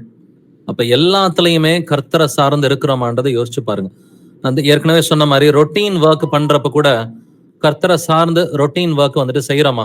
அப்ப கர்த்தரை சார்ந்து இருக்கணும்னா 7வது வசனம் என்ன சொல்லுது? கர்த்தருக்கு பயந்து தீமையை விட்டு விலகுன்னு சொல்லுது. கர்த்தருக்கு பயந்து தீமையை விட்டு விலகி உங்களுடைய அன்றாட வேலைகளா இருக்கட்டும், மாம்சத்துக்குரிய வேலைகளா இருக்கட்டும், இல்ல ஆவிக்குரிய கடமைகளா இருக்கட்டும், எதை செய்கிறதா இருந்தாலும் யாரை சார்ந்து இருக்கணும்? கர்த்தரை சார்ந்து இருக்கணும். அநேகர் இன்னும் தங்களுடைய மூளையை சார்ந்துதான் இருக்கிறாங்க. பைபிள்ல வந்துட்டு மூளையை பத்தி எல்லாம் வந்துட்டு பெருசா எழுதலைங்க. பட் சயின்ஸ் வந்துட்டு மூளையை பத்தி தான் வந்துட்டு பேசும். இன்னைக்கு டாக்டர்ஸ்ட போனீங்கனாலும் சயின்ஸ் வந்துட்டு மூளையை பத்தி தான் வந்துட்டு அதிகமா பேசுது. ஆனா வேதம் பேசுறது வந்துட்டு இருதய சிந்தனைகளை பத்தி தான் வந்துட்டு பேசும். உங்கள் சுய புத்தியின் மேல் சாயாமல் உன் முழு இருதயத்தோடும் கர்த்தரில் நம்பிக்கையா இருந்து உன் வழிகளில் எல்லாம் கர்த்தரை நினைத்துக்கொள் என்று வேதம் சொல்கிறது. அப்ப கர்த்தரை வந்துட்டு முழு இருதயத்தோட பின்பற்றுகிற பிள்ளைகளா, எந்த முடிவு எடுக்கிறதுனாலும் கர்த்தரை சார்ந்து, கர்த்தருடைய வசனங்களை சார்ந்து இருந்து கர்த்தருக்கு பயந்து தீமையை விட்டு விலகுகிற பிள்ளைகளா நம்ம இருக்கிறோமா இல்லையா? நம்மை நாமே நிதானிப்போம். நம்முடைய சிந்தனைகள் வந்துட்டு கர்த்தருக்கு பிரியமான முறையில் இருக்கணுன்றத அப்போஸ்தலன் பவுலும் சொல்லிக் கொடுக்கிறான். வாசிக்கலாம் பிலிப்பியர் 4:8. Philippians 4:8. கடைசியாக சகோதரரே, உண்மை உள்ளவைகள் எவைகளோ, ஒழுக்கம் உள்ளவைகள் எவைகளோ, நீதி உள்ளவைகள் எவைகளோ, கற்புள்ளவைகள் எவைகளோ, அன்புள்ளவைகள் எவைகளோ, நற்கீர்த்தி உள்ளவைகள் எவைகளோ, புண்ணியம் எதுவோ, புகழ் எதுவோ, அவைகளையே சிந்தித்துக் கொண்டிருங்கள். ஆமென். எப்படிப்பட்டவைகளை சிந்திக்கணும்னு சொல்லி வேதம் சொல்லுது? அவைகளையே சிந்தித்துக் கொண்டிருங்கள். எவைகளை? உண்மை உள்ளவைகள் எவைகளோ, ஒழுக்கம் உள்ளவைகள் எவைகளோ. சோ உண்மை இல்லாத பொய்யான சிந்தனைகள் வந்துச்சுன்னா, பொய் சொல்ற மாதிரி ஒரு தூண்டுதலோ, இல்ல பொய்யான மாயைக்குரிய சிந்தனைகளோ, மாயைனா ஒரு சினிமா சொல்லலாம், சினிமாவோ சினிமா பாடல்களோ, மாயைக்குரிய சிந்தனைகள் வந்துச்சுன்னா இயேசுவின் நாமத்தினால வெளியே போன்னு சொல்லணும். ஏன்னா எல்லா கீழ்ப்படியாமையின் எண்ணங்களையும் இயேசு கிறிஸ்துவுக்கு சிறைப்படுத்துகிற பிள்ளைகளா இருக்கணும்னு சொல்லி 2 கொரிந்தியர் 10:5 சொல்லுது. அப்ப இயேசுவுக்கு விரோதமான எண்ணங்கள் ஏதாவது இருதயத்தில் எழும்புச்சுன்னு சொன்னாக்க இயேசுவின் நாமத்தினால வெளியே போன்னு சொல்லி கிறிஸ்துவுக்கு சிறைப்படுத்துறோமா, இல்ல அதுக்கு 1 மணி நேரம் 2 மணி நேரம், 1 நாள் 2 நாள் 1 வாரம்னு டைம் கொடுக்குறோமா? இப்படி டைம் கொடுத்தா உள்ளுக்குள்ளார யாரு கிரியை செய்ய ஆரம்பிச்சிருவா? ஆட்டோமேட்டிக்கா இந்த பொல்லாத சிந்தனைகளுக்கு இடம் கொடுத்துட்டீங்கன்னா பிசாசே வந்து கிரியை செய்ய ஆரம்பிச்சிரும். அதனாலதான் கர்த்தர் சொன்னாரு, போ பின்னாலே சாத்தானேன்னு சொன்னார். பேதுருவை பார்த்து சொல்லி, போ பின்னாலே சாத்தானேன்னு சொல்லி, நீ தேவனுக்கு ஏற்றவைகளை சிந்தியாமல் மனுஷனுக்கு ஏற்றவைகளை சிந்திக்கிறாய். அப்ப மனுஷனுக்கு ஏற்றவைகளை சிந்திச்சா யார் வந்து வேலை செய்வா? பிசாசு தான் வந்துட்டு வேலை செய்வான். நம்ம தேவனுக்கு ஏற்றவைகளை சிந்திக்கணும். உண்மை உள்ளவைகள் அவைகளோ, ஒழுக்கம் உள்ளவைகள் அவைகளோ, நீதி உள்ளவைகள் அவைகளோ, கற்புள்ளவைகள் அவைகளோ, அன்புள்ளவைகள் அவைகளோ, நற்கீர்த்தி உள்ளவைகள் அவைகளோ, புண்ணியம் எதுவோ, புகழ் எதுவோ, அவைகளையே சிந்தித்து கொண்டிருங்கள். உங்களுடைய சிந்தனை தாங்க உங்களுடைய வார்த்தைகளை டிஃபைன் பண்ண போது. நீங்க கரெக்டா கர்த்தருக்கு ஏற்ற மாதிரி சிந்திச்சீங்கன்னா உங்க வாயின் வார்த்தை கிருபை உள்ளதா இருக்கும். அது பக்தி விருத்தி உண்டாக்குற மாதிரி இருக்கும். உங்களுடைய அவயவங்களின் செயல்பாடுகள் எல்லாம் வந்துட்டு அது எல்லோருக்கும் பக்தி விருத்தி உண்டாக்குற மாதிரி, எல்லோருக்கும் நன்மை பயக்கிற மாதிரி இருக்கும். இதைதான் சிம்பிளா இந்த உண்மை உள்ளவைகள், ஒழுக்கம் உள்ளவைகள், நீதி உள்ளவைகள், கற்புள்ளவைகள் இதை சிம்பிளா வந்துட்டு பிலிப்பியர் 2:5 வாசிச்சு பாத்தீங்கன்னா, கிறிஸ்து இயேசுவில் இருந்த சிந்தையே உங்களிலும் இருக்க கடவுதுன்னு சொல்லி வசனம் சொல்லுது. எப்படி இருக்கணுமா? கிறிஸ்து இயேசுவில் இருந்த சிந்தையே உங்களிலும் இருக்க கடவுது. அப்ப இயேசு கிறிஸ்து எப்படி சிந்திச்சாரோ அப்படி நீங்களும் நானும் சிந்திக்கணும். சிந்திக்கலனாக்க நித்திய ஜீவன் நமக்கு இல்லை. அப்ப இயேசு கிறிஸ்துவ போல நம்ம சிந்திக்கிறோமா? நம்மை நாமே நிதானிப்போம். பட் இது வந்துட்டு ஒரு பெரிய ஆயுதம் என்றும் வேதம் சொல்கிறது. வாசிக்கலாம். 1 பேதுரு 4:1, 1 Peter 4:1. இப்படி இருக்க கிறிஸ்து நமக்காக மாம்சத்தில் பாடுபட்டபடியால் நீங்களும் அப்படிப்பட்ட சிந்தையை ஆயுதமாக தரித்துக் கொள்ளுங்கள். கிறிஸ்துவின் சிந்தையை ஆயுதமாக தரித்துக் கொள்ளுங்கள் என்று வேதம் சொல்கிறது இல்லைங்களா? எப்படி? அது ஒரு பெரிய ஆயுதம், சர்வாயுத வர்க்கம்ன்றதை நீங்க வாசிச்சிருப்பீங்க. எபேசியர் 6ஆம் அதிகாரத்துல சத்தியம் என்னும் கச்சை, நீதி என்னும் மார்க்கவசம், அது சமாதானத்தின் சுவிசேஷத்திற்குரிய ஆயத்தம் என்கிற பாதரட்சை, ரட்சணியம் என்னும் தலை சீரா, அதே போல ஆவிக்குரிய பட்டயம், வேத வசனம் தான் ஆவிக்குரிய பட்டயமா இருக்கிறது. அதே போல வந்துட்டு கேடகம் விசுவாசம். இப்படிப்பட்ட இந்த எல்லா ஆயுதங்களையும் தரித்து கொண்டிருக்கிற அந்த கர்த்தருடைய வந்துட்டு கர்த்தருக்காக போராடுகிற ஸ்நானாதிபதிகளா வந்துட்டு நம்ம போர் சேவகர்களா இருக்கணும்னு சொல்லி வேதம் சொல்லுது. இது சிம்பிளா சொல்ல போனா கிறிஸ்துவின் சிந்தை. கிறிஸ்துவின் சிந்தையை ஆயுதமாக தரித்துக் கொள்ளுங்கள். அப்ப பிசாசு உங்கள்கிட்ட வந்துட்டு வர முடியாது. நீங்க பிசாசை எதிர்க்கணும்னா உங்கள்கிட்ட என்ன தேவை? கிறிஸ்துவின் சிந்தை இருக்கணும். இந்த கிறிஸ்துவின் சிந்தையை ஆயுதமாக தரித்துக் கொள்ள வேண்டும். ஸோ நம்ம ஏற்கனவே சிம்பிளா படிச்சுட்டோம். உன் வாலிப பிராயத்திலே நீ உன் சிருஷ்டி கர்த்தரை நினைன்னு சொல்லி. பட் இது வந்துட்டு இன்னும் கொஞ்சம் தெளிவாவே ஆராய்ந்து பார்க்கலாம். பிரசங்கி 12ஆம் அதிகாரம் வசனங்கள் 1 முதல் 7 வரை வாசிக்கலாம். நீ உன் வாலிப பிராயத்திலே உன் சிருஷ்டிகரை நினை. தீங்கு நாட்கள் வராததற்கு முன்னும், எனக்கு பிரியமானவைகள் அல்ல என்று நீ சொல்லும் வருஷங்கள் சேராததற்கு முன்னும், சூரியனும் வெளிச்சமும் சந்திரனும் நட்சத்திரங்களும் அந்தகாரப்படாததற்கு முன்னும், மழைக்கு பின் மேகங்கள் திரும்ப திரும்ப வராததற்கு முன்னும், வீட்டு காவலாளிகள் தள்ளாடி பலசாலிகள் கூனி போய், எந்திரம் அரைக்கிறவர்கள் கொஞ்சமானதினால் ஓய்ந்து, பலகனி வழியாய் பார்க்கிறவர்கள் இருண்டு போகிறதற்கு முன்னும், ஏந்திர சத்தம் தாழ்ந்ததினால் தெரு வாசலின் கதவுகள் அடைபட்டு குருவியின் சத்தத்திற்கும் எழுந்திருக்க வேண்டியதாகி, கீத வாத்திய கன்னிகைகள் எல்லாம் அடங்கி போகாததற்கு முன்னும், மேட்டுக்காக அச்சம் உண்டாகி வழியிலே பயங்கள் தோன்றி, வாதுமை மரம் பூ பூத்து வெட்டுக்கிளியும் பாரமாகி, பசி தீவனமும் அற்று போகாததற்கு முன்னும், மனுஷன் தன் நித்திய வீட்டுக்கு போகிறதினாலே துக்கம் கொண்டாடுகிறவர்கள் வீதியிலே திரியாததற்கு முன்னும், வெள்ளிக்கயிறு கட்டுவிட்டு பொற்கிண்ணி நசுங்கி, ஊற்றின் அருகே சால் உடைந்து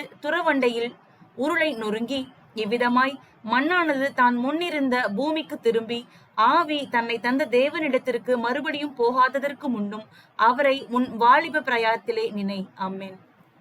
ஆமென். நீங்க கேட்டது ஒரே ஒரு வசனம். வேணா பைபிள்ல 7 வசனமா இருக்கலாம். ஆனா கமா போட்டு ஒரே வசனமா தான் வந்துட்டு இருக்கும்.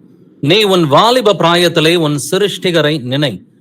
தீங்கு நாள் வராததற்கு முன்னும், எனக்கு பிரியமானவைகள் அல்ல என்று நீ சொல்லும் வருஷங்கள் சேராததற்கு முன்னும் அப்படின்னு ஒரு பெரிய லிஸ்டே இருக்குதுங்க. இந்த லிஸ்ட் வந்துட்டு பாத்தீங்கன்னாக்க அது கருவறையிலிருந்து கல்லறை வரைக்கும் என்டையர் லைஃப் ஸ்பேன் இருக்கும். இது சொல்ல போனா இத மாதிரி ஒரு பொயட்டிக்கா எழுதப்பட்ட பேசேஜ் வந்துட்டு பாக்குறது கடினம். ரொம்ப அழகா பொயட்டிக்கா எழுதப்பட்டிருக்கு. இதுல வந்துட்டு ரொம்ப ஆழமான அர்த்தங்கள் இருக்கு. கொஞ்சம் கவனமாவே இதை கேட்டு பாருங்க. நீ உன் வாலிப பிராயத்துல சிறு பிள்ளையா இருக்கிறதுல இருந்தே கர்த்தரை நினை அப்படின்னு சொல்லிட்டு அவன் அடுத்து என்ன சொல்றான்றதை கவனிச்சு பாருங்க. எனக்கு பிரியமானவைகள் அல்ல என்று நீ சொல்லும் வருஷங்கள், அதாவது ஓல்ட் ஏஜ்.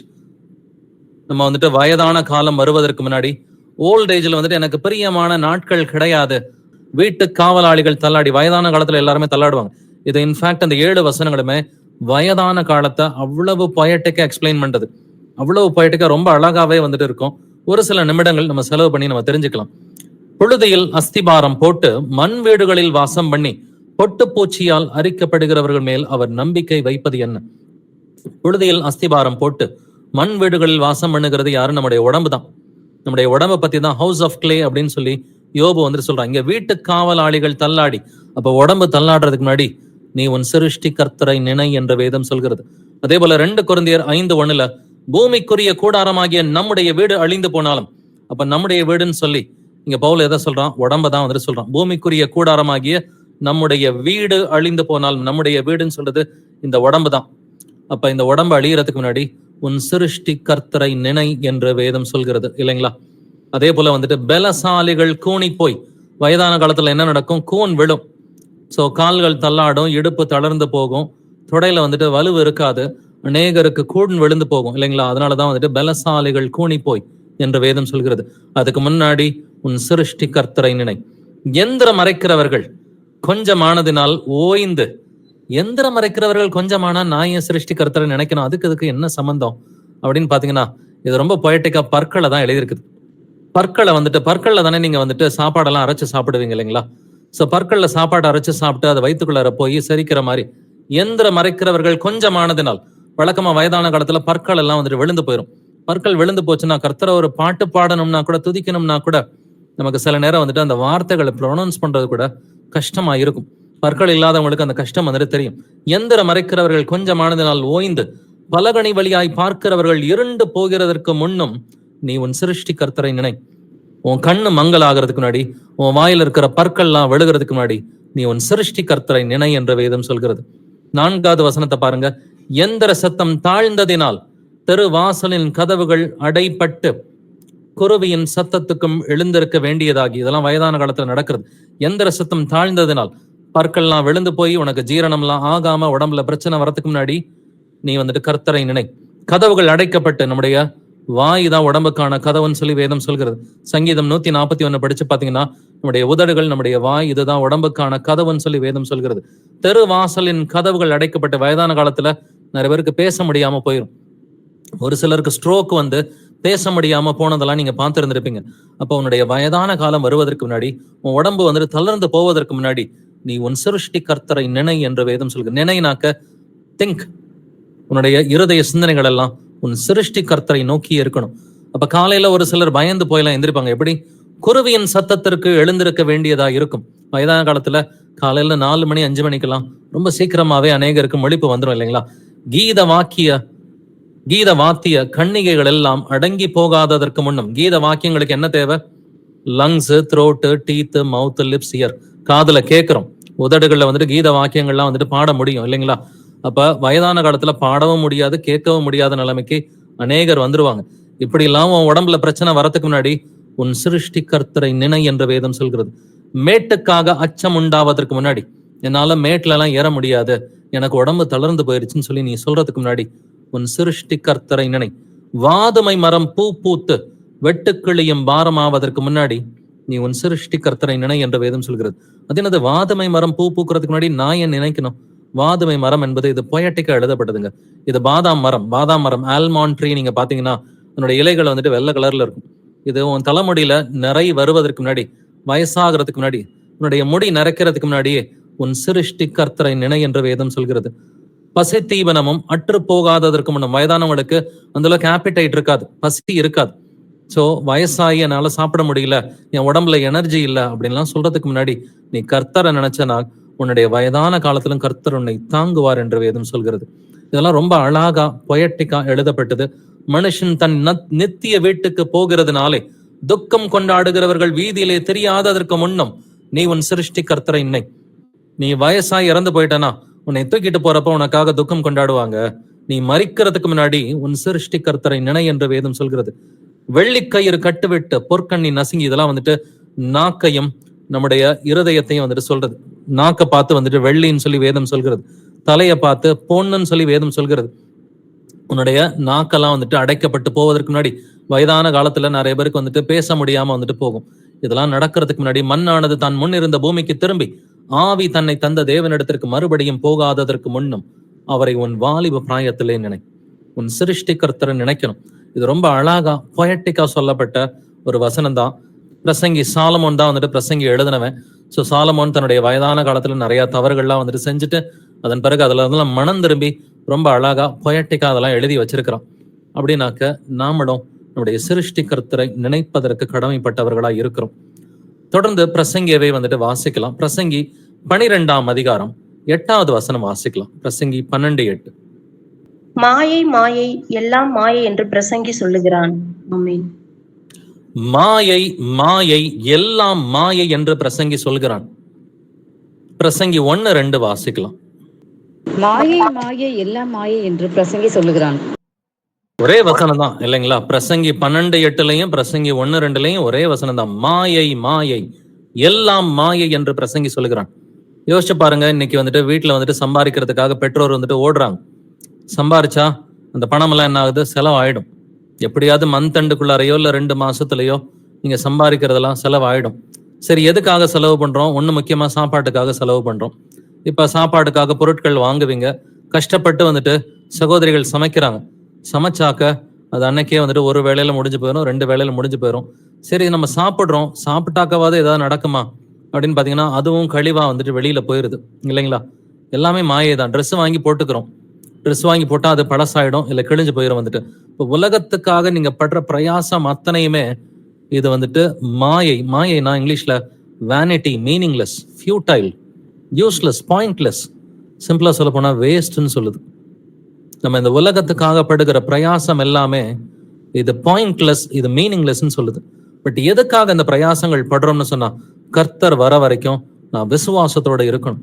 கர்த்தர் வருமட்டாகவும் நான் ஜீவனோட இருக்கணும், நான் விசுவாசத்தோட இருக்கணும், பரிசுத்தமா இருக்கணும். அப்படின்னா நான் உயிரோட இருக்கணும்னா ஏதாவது நான் வேலை பார்க்கணும், சம்பாதிக்கணும், சாப்பிடணும். ஏதோ ஒரு 4 ட்ரெஸ் இருந்துச்சுனாக்க போட்டுக்கலாம். பட் எனக்கு இச்சைக்காக கிடையாது.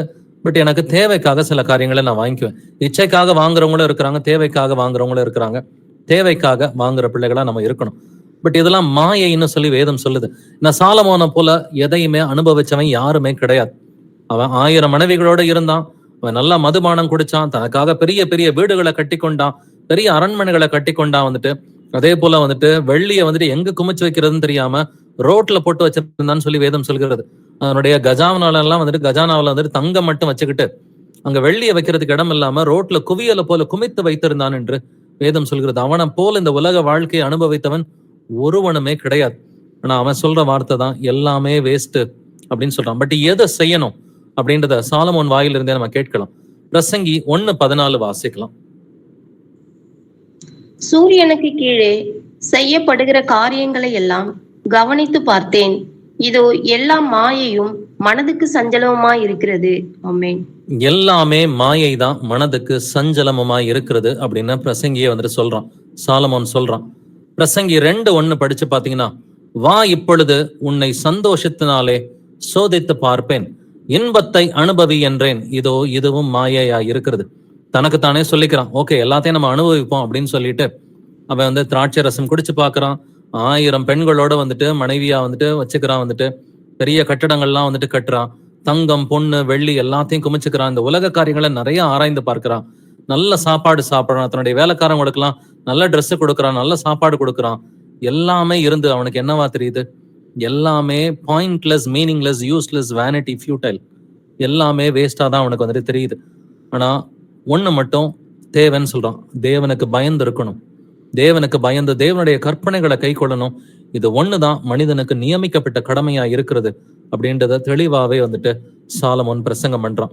பிரசங்கி 2:11 படிச்சு பாத்தீங்கன்னா, என் கைகள் செய்த சகல வேலைகளையும் நான் பட்ட எல்லா பிரயாசத்தையும் கண்ணோக்கி பார்த்தேன், இதோ எல்லாம் மாயையும் மனதுக்கு சஞ்சலமுமாய் இருக்கிறது. எவ்வளவோ நான் செஞ்சு பார்த்தேன், எவ்வளவோ ட்ரை பண்ணேன், எல்லாமே எனக்கு சஞ்சலமாகவும் மாயையாகவும் யூஸ்லெஸ்ஸா இருக்குது, வேஸ்டா இருக்கு, மீனிங்லெஸ்ஸா இருக்குது அப்படின்னு சொல்றான். இன்னைக்குமே நமக்குமே அப்படி தோணலாம். நம்ம செய்கிற நிறைய காரியங்கள் யூஸ்லெஸ், பாயிண்ட்லெஸ், மீனிங்லெஸ் தான். பட் இருந்தாலும் மீனிங்ஃபுல்லா ஒண்ணுதான் இருக்கும். நான் கர்த்தருக்காக ஜீவிக்கிற ஜீவியம், நான் இயேசு கிறிஸ்துவுக்காக ஜீவிக்கிற ஜீவியம் வந்துட்டு இது எனக்கு யூஸ்ஃபுல்லா இருக்கும். நான் உயிரோடு இருக்கும் அளவும் நான் என் குடும்பத்துக்கு விசுவாசத்தை போதிக்க முடியும், என் பிள்ளைங்களுக்கு நான் விசுவாசத்தை நான் வந்துட்டு போதிக்க முடியும், சபையாருக்கு நான் சொல்ல முடியும், சமயம் வாய்த்தாலும் வாய்க்காவிட்டாலும் யாருக்கு வேணா என்னால சுவிசேஷம் அறிவிக்க முடியும். எதுக்காக? நம்ம ஜீவிக்கிற பிள்ளைகளா இருக்கிறோம். பவுல் சொல்ற மாதிரி நான் இரண்டிலும் நெருக்கப்படுகிறேன்னு வந்துட்டு சொல்றான். நான் தேகத்தை விட்டு பிரிந்து கிறிஸ்துவுடனே கூட இருப்பதற்கு எனக்கு ஆசை இருக்குது. ஆனாலும் நான் ஜீவனோட இருந்தேன்னு சொன்னா அநேகருக்கு நான் பிரயோஜனமா இருப்பேன், அநேகருக்கு சுவிசேஷம் அறிவிப்பேன்னு சொல்ற மாதிரி நம்ம ஜீவனோட இருப்பது எதற்காக? அநேகருக்கு சாட்சியான ஒரு வாழ்க்கையை வாழ்ந்து காமிக்கலாம், அநேகருக்கு சுவிசேஷத்தை பிரசங்கிக்க முடியும். மத்தது எல்லாமே வேஸ்ட்டுங்க. மீதி எல்லாமே இந்த உலகத்துல படுகிற பிரயாசம் அத்தனையுமே வந்துட்டு டோட்டல் வேஸ்ட். அப்ப இருதய சிந்தனைகள் வந்துட்டு கர்த்தருக்கு ஒத்ததா இருந்தே ஆகணும். வேற சாய்ஸ் நமக்கு கிடையாது. நம்ம கர்த்தருடைய நாமம் தரிக்கப்பட்ட பிள்ளைகளா இருக்கிறோம், இயேசு கிறிஸ்துவின் நாமம் தரிக்கப்பட்ட பிள்ளைகளா இருக்கிறோம். நமக்கு நோ செகண்ட் சாய்ஸ். இந்த உலகத்துக்குரிய சிந்தனைன்றது நமக்கு வந்துட்டு கிடையவே கிடையாது, அது இருக்கவும் கூடாது.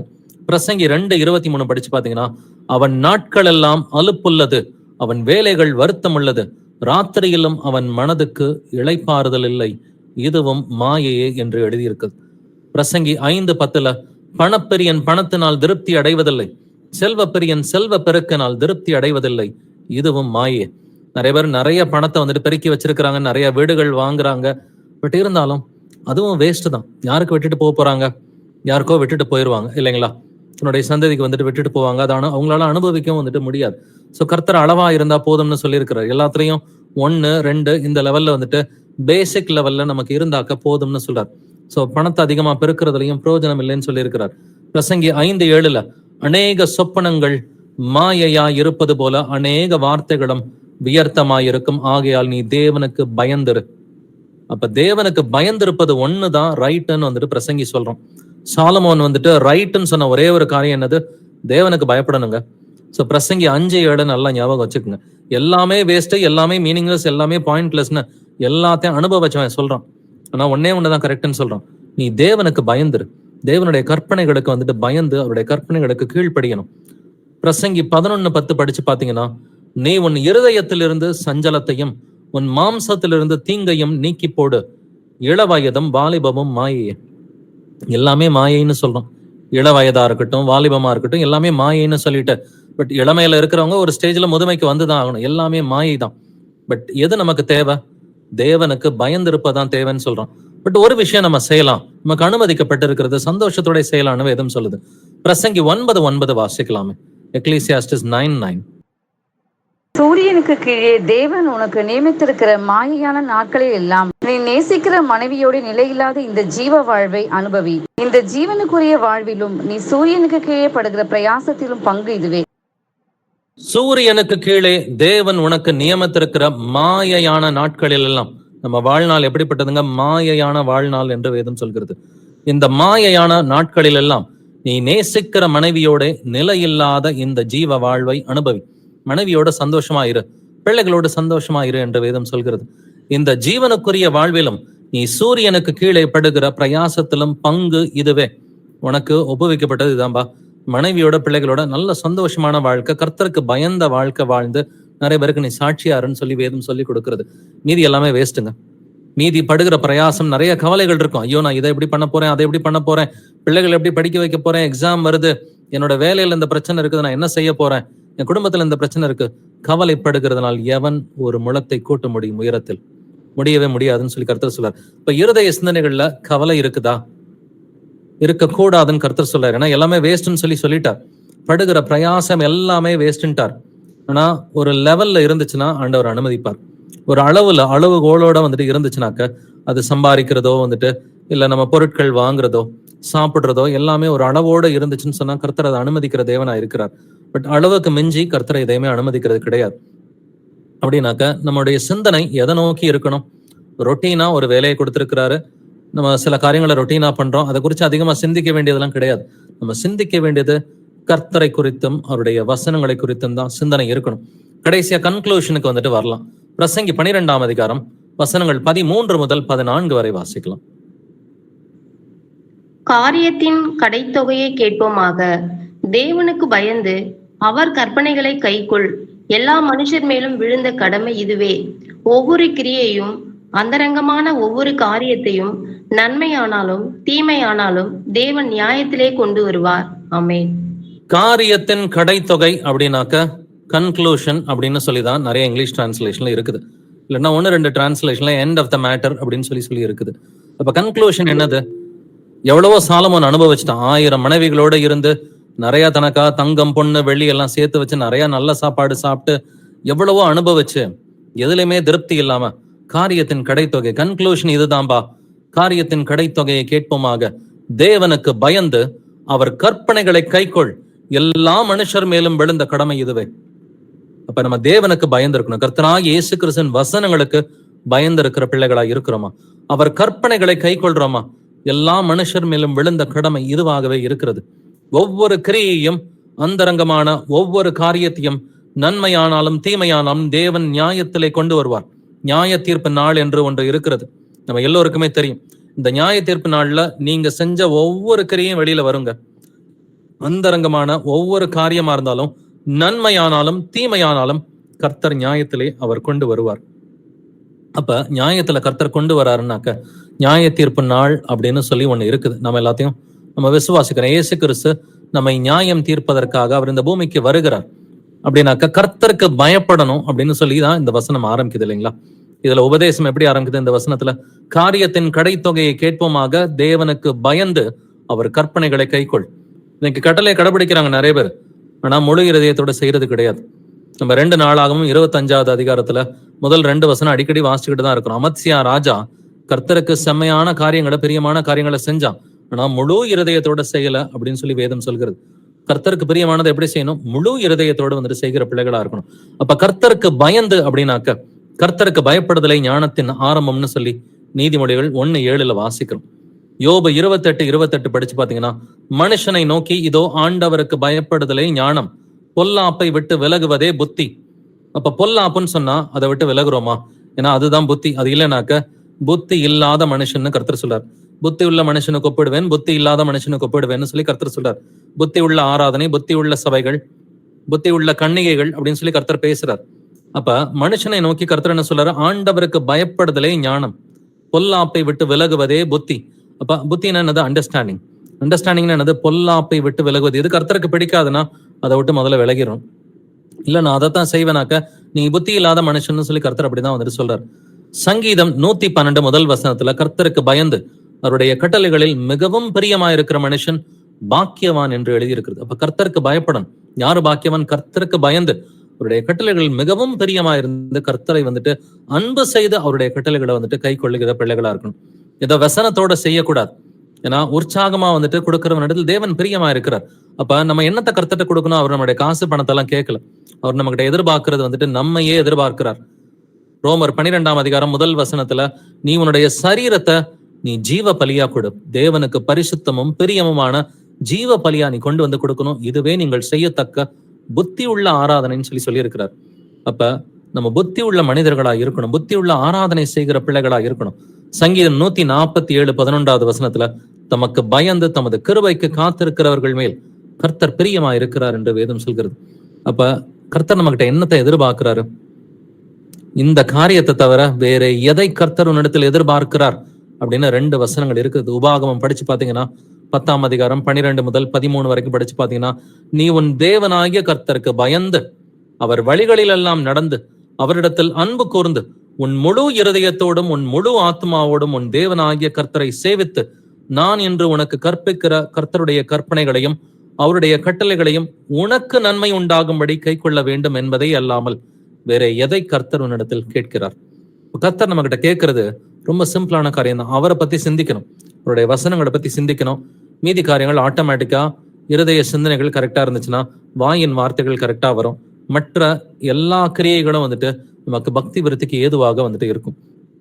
கர்த்தர் எல்லாவற்றையும் நியாயத்திலே கொண்டு வர போகிறார். நீங்க பார்த்திருப்பீங்கன்னு நினைக்கிறேன். இப்ப ரீசெண்டா கடந்த 2 நாளா ஈரான் வந்துட்டு இஸ்ரேல் அட்டாக் பண்ணியிருக்கிறாங்க. அப்ப லெபனான்ல நடக்கிற அந்த சண்டைகளை நீங்க பார்த்திருக்கிறீங்க. ஹமாஸ் வந்துட்டு முடிஞ்சு போயிடுச்சு. கடந்த 1 வருஷமா வந்துட்டு ஹமாஸ்ல சண்டை போட்டு அவங்க ஹமாஸை காலி பண்ணிட்டாங்க. இஸ்ரேல் தேசத்துல அவங்க ராணுவ வீரர்கள் ஹமாஸை காலி பண்ணிட்டாங்க. பட் ஹெஸ்புல்லா வந்துட்டு திடீர்னு பார்த்தா ஒரு 10 நாள் கேப்ல வந்துட்டு லெபனான்ல இருக்கிற ஹெஸ்புல்லா வந்துட்டு டக்குன்னு பெரிய ஒரு டெரரிஸ்ட் கும்பல்னு சொன்னாங்க. வெறும் ஒரு 10-12 நாள்ல வந்துட்டு அவங்களுடைய தலைவர்களை வந்துட்டு அந்த செயின் ஆஃப் கமாண்ட் அதுல வந்துட்டு பாத்தீங்கன்னா ஒரு 4-5 லேயர் வந்துட்டு கம்ப்ளீட்டா அவங்க எல்லாம் வந்துட்டு கொன்னுட்டாங்க. ஸோ லெபனான்ல வந்துட்டு யுத்தம் நடந்துகிட்டு இருக்குது. இன்னைக்கு ஐடிஎஃபோட அந்த கிரவுண்ட் ஃபோர்ஸஸ் எல்லாமே இஸ்ரேல்ல வந்துட்டு அந்த சோல்ஜர்ஸ் எல்லாமே லெபனான்ல வந்துட்டு இருக்கிறாங்க, சதன் லெபனான்ல இருக்கிறாங்க. இப்ப கர்த்தர் சொன்ன தீர்க்க தரிசனங்கள் எல்லாமே நடந்துகிட்டே வந்துட்டு வருது. அடுத்து ஈரான் தேசமும் அது அட்டாக் பண்ணி இருக்குது. இவங்க நாங்க பதிலடி கொடுப்போம்னு இருக்கிறாங்க. அடுத்து ஒரு சில நாட்கள்லயோ ஒரு சில வாரங்கள்லயோ அந்த பதிலடியை எதிர்பார்க்கலாம். கர்த்தர் வருவதற்கான எல்லா ஆயத்தமும் நடக்குதுங்க. அப்ப கர்த்தர் வருகிறார் அப்படின்னு சொன்னாக்க நம்ம என்ன செய்யணும்? தேவனுக்கு பயந்து அவர் கற்பனைகளை கை கொள்ள வேண்டும்.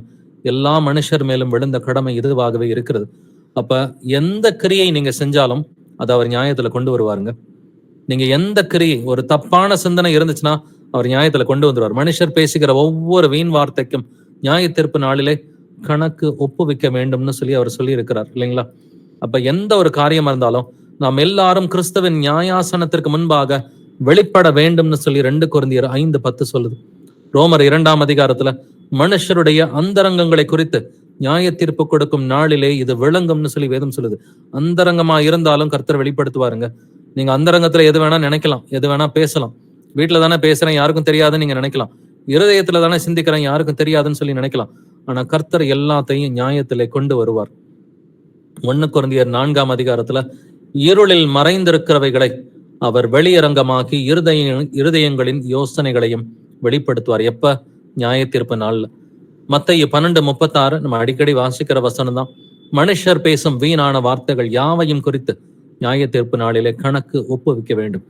நாமெல்லாம் உண்மை கிறிஸ்தவர்களா இருக்கிறோம். நமக்கெல்லாம் எப்படி நியாய தீர்ப்பு?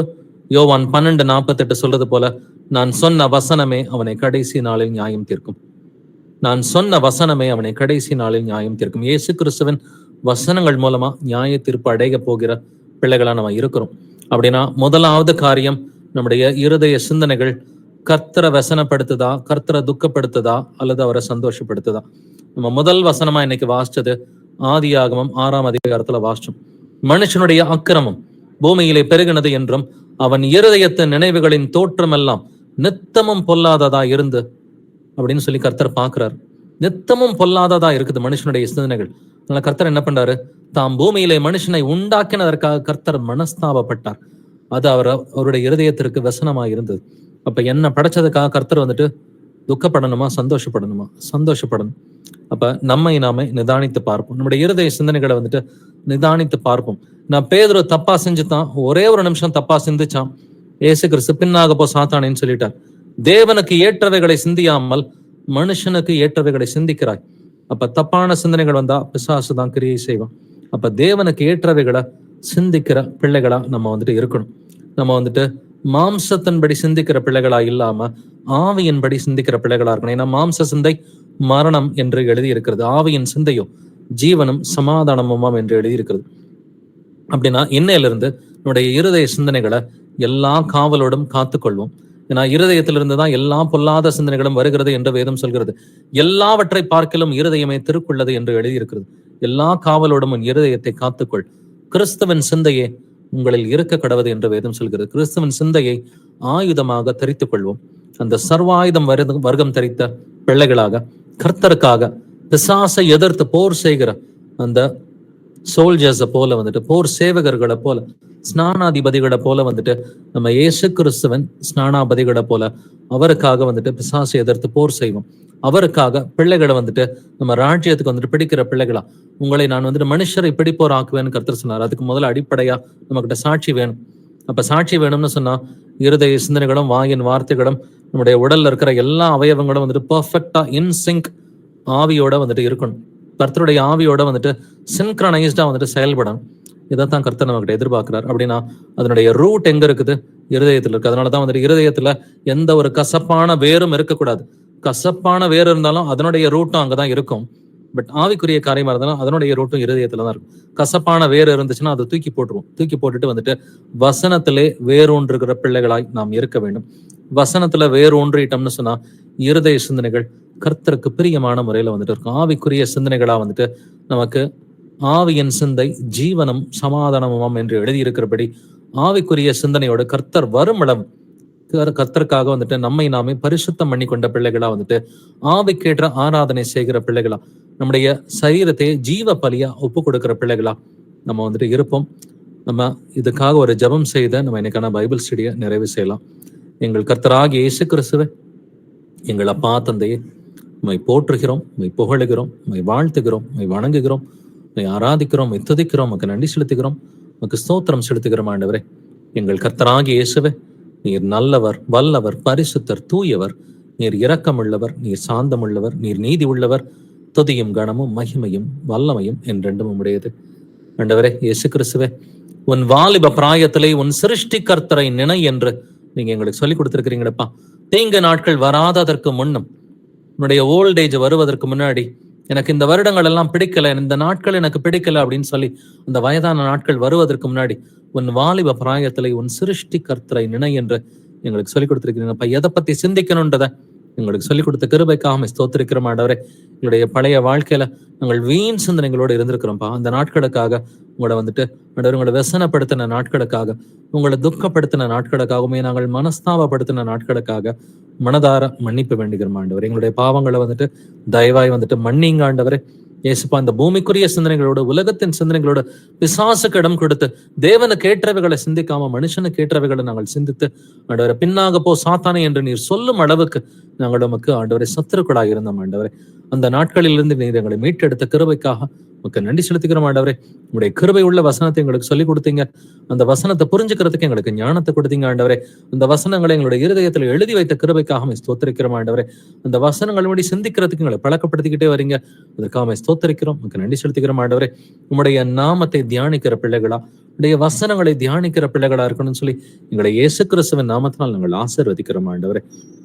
நாங்க உங்களை எப்பொழுதும் எங்களுடைய சிந்தனைகள் மூலமா, எங்களுடைய வாயின் வார்த்தைகள் மூலமா, எங்களுடைய அவயவங்களின் செயல்பாடுகள் மூலமா எப்பொழுதும் உண்மை நாங்கள் பிரியப்படுத்துகிற பிள்ளைகளா இருக்கணும்னு சொல்லி எங்கள் எல்லோருமே இயேசு கிறிஸ்துவின் நாமத்தினால் நாங்கள் ஆசீர்வதிக்கிறோம் ஆண்டவரே. எல்லாம் மாயை என்று பிரசங்கி சொல்லி இருக்கிற ஆண்டவரே. இந்த உலகத்தில் நாங்கள் படுகிற ஆண்டவரே எவ்வளோ பிரயாசங்கள் மாயையாக இருக்கிறது. எல்லாமே ஆண்டவரே ஃபியூட்டைல், மீனிங்லெஸ், பாயிண்ட்லெஸ் அப்படின்னு சொல்லி எழுதியிருக்குதுப்பா. ஆனாலும் உமக்கு பயந்த ஒரு வாழ்க்கை வாழ்வது ஒன்றை காரியத்தின் கிடைத்தொகையாக இருக்கிறது. கர்த்தருக்கு பயந்து அவருடைய கற்பனைகளை கை கொள்வது இது மட்டுமே எங்களுக்கு நியமித்த கடமையாக இருக்கிறது என்பதை நாங்கள் விசுவாசிக்கிறோம், அறிக்கை செய்கிறோம் ஆண்டவரே. என் வசனத்திற்கு பயந்தவர்களே நோக்கி பார்ப்பேன்னு சொன்னீங்களப்பா. கர்த்தருக்கு பயப்படுகிற பயமே ஞானத்தின் தொடக்கம் என்று எழுதியிருக்கிறபடி, தீமையை விட்டு விலகுவதே அது புத்தி என்று எழுதியிருக்கிறபடி, நாங்கள் எல்லா தீமையையும் விட்டு விலகுவதற்கு எங்களுக்கு சொல்லிக் கொடுங்கப்பா. வீண் சிந்தனையில வந்துட்டு இருதயத்திலே அந்தகாரப்பட்டவர்களை எங்களுடைய பழைய வாழ்க்கையில நாங்கள் இருந்த ஆண்டவரே. நீரோ இப்பொழுது உங்களுடைய வசனத்தின் வெளிச்சத்தில் எங்களை நடக்க செய்கிறீர் ஆண்டவரே. உங்களுடைய இருதய சிந்தனைகள் மூலமா உண்மை நாங்கள் கனப்படுத்துவதற்கு, உண்மை நாங்கள் ஆராதிப்பதற்கு எங்களுக்கு சொல்லிக் கொடுங்கப்பா. எந்த ஒரு கீழ்ப்படியாமையின் எண்ணங்களையும் இயேசு கிறிஸ்துவுக்கு சிறைப்படுத்துகிற பிள்ளைகளா இருக்கணும்னு சொல்லி எங்கள் எல்லோருமே கர்த்தராகிய இயேசுவின் நாமத்தினால் நாங்கள் ஆசீர்வதிக்கிறோம் ஆண்டவரே. உங்களுடைய எந்த சிந்தனையா இருந்தாலும் நாங்க முதல்ல வந்துட்டு எக்ஸாமின் பண்ணி பாக்குறதுக்கு, செல்ஃப் எக்ஸாமினேஷன் பண்றதுக்கு எங்களுக்கு சொல்லிக் கொடுங்கப்பா. நம்மை நாமே நிதானித்தறிந்தால் நியாயம் தீர்க்கப்படும் என்று வேதம் சொல்கிறது போல எங்களுடைய சிந்தனைகளை பரிசுத்தாவின் துணையோடு நாங்கள் ஆராய்ந்து அறிந்து எது கர்த்தருக்கு பிரியமானது, எது கர்த்தருக்கு பிரியமில்லாதது, இதை எல்லாத்தையும் புரிஞ்சுக்கிட்டு கர்த்தருக்கு பிரியமில்லாத சிந்தனைகளை வந்துட்டு உங்களுடைய இருதயத்திலிருந்து தூக்கி எறிகிற பிள்ளைகளை நாங்கள் இருக்கணும்னு சொல்லி இயேசு கிறிஸ்துவின் நாமத்தினால் எங்களை ஆசீர்வதிக்கிறோம். நீங்க எங்களை பலப்படுத்துங்க, எங்களை வழி நடத்துங்கப்பா. நாங்கள் எல்லோரும் ஆண்டவரே ஒரே சரீரமாகிய சபையில நாங்கள் அவயவங்களா இருக்கிறோம் ஆண்டவரே. எங்களை வழி நடத்துகிற ஒரே ஆவியானவர் இருக்கிறார் ஆண்டவரே. கிறிஸ்துவன் ஆவி இல்லாதவன் அவருடையவன் அல்ல என்று வேதம் சொல்கிறது போல கிறிஸ்தவன் ஆவியை நீர் எங்களை பலப்படுத்துங்க ஆண்டவரே. எங்களை தொடர்ந்து பலப்படுத்துங்க, எங்களை வழி நடத்துங்கப்பா. எங்களுடைய மலவானால் ஆகிய இயேசு கிறிஸ்து இந்த பூமிக்கு வந்துட்டு வருகிறார். எங்களுடைய கர்த்தரும் எங்களுடைய இரட்சகரமா இருக்கிற இயேசு கிறிஸ்து கூடிய சீக்கிரத்துல இந்த பூமிக்கு வருகிறார். அதற்கான ஆயத்தங்களை நாங்க ஆண்டவரை ஒவ்வொரு நாளும் பார்த்து கொண்டேதான் இருக்கிறோம். செய்திகள்ல நாங்க வாசிக்கிறது அந்த யுத்தங்கள், போர்கள் ஆண்டவரே, உங்களுடைய வருகைக்கான அடையாளங்களை வந்துட்டு நாங்கள் எங்களுடைய கண்களினால் நாங்கள் பார்க்கிறோம் ஆண்டவரே. உடைய வருகைக்கு முன்னாடி உடைய மணவாட்டி சபையை வந்துட்டு பரிசுத்தம் பண்ணுங்க. உலகம் முழுவதும் நமக்கு உண்மையா இருக்கிற ஆண்டவரே.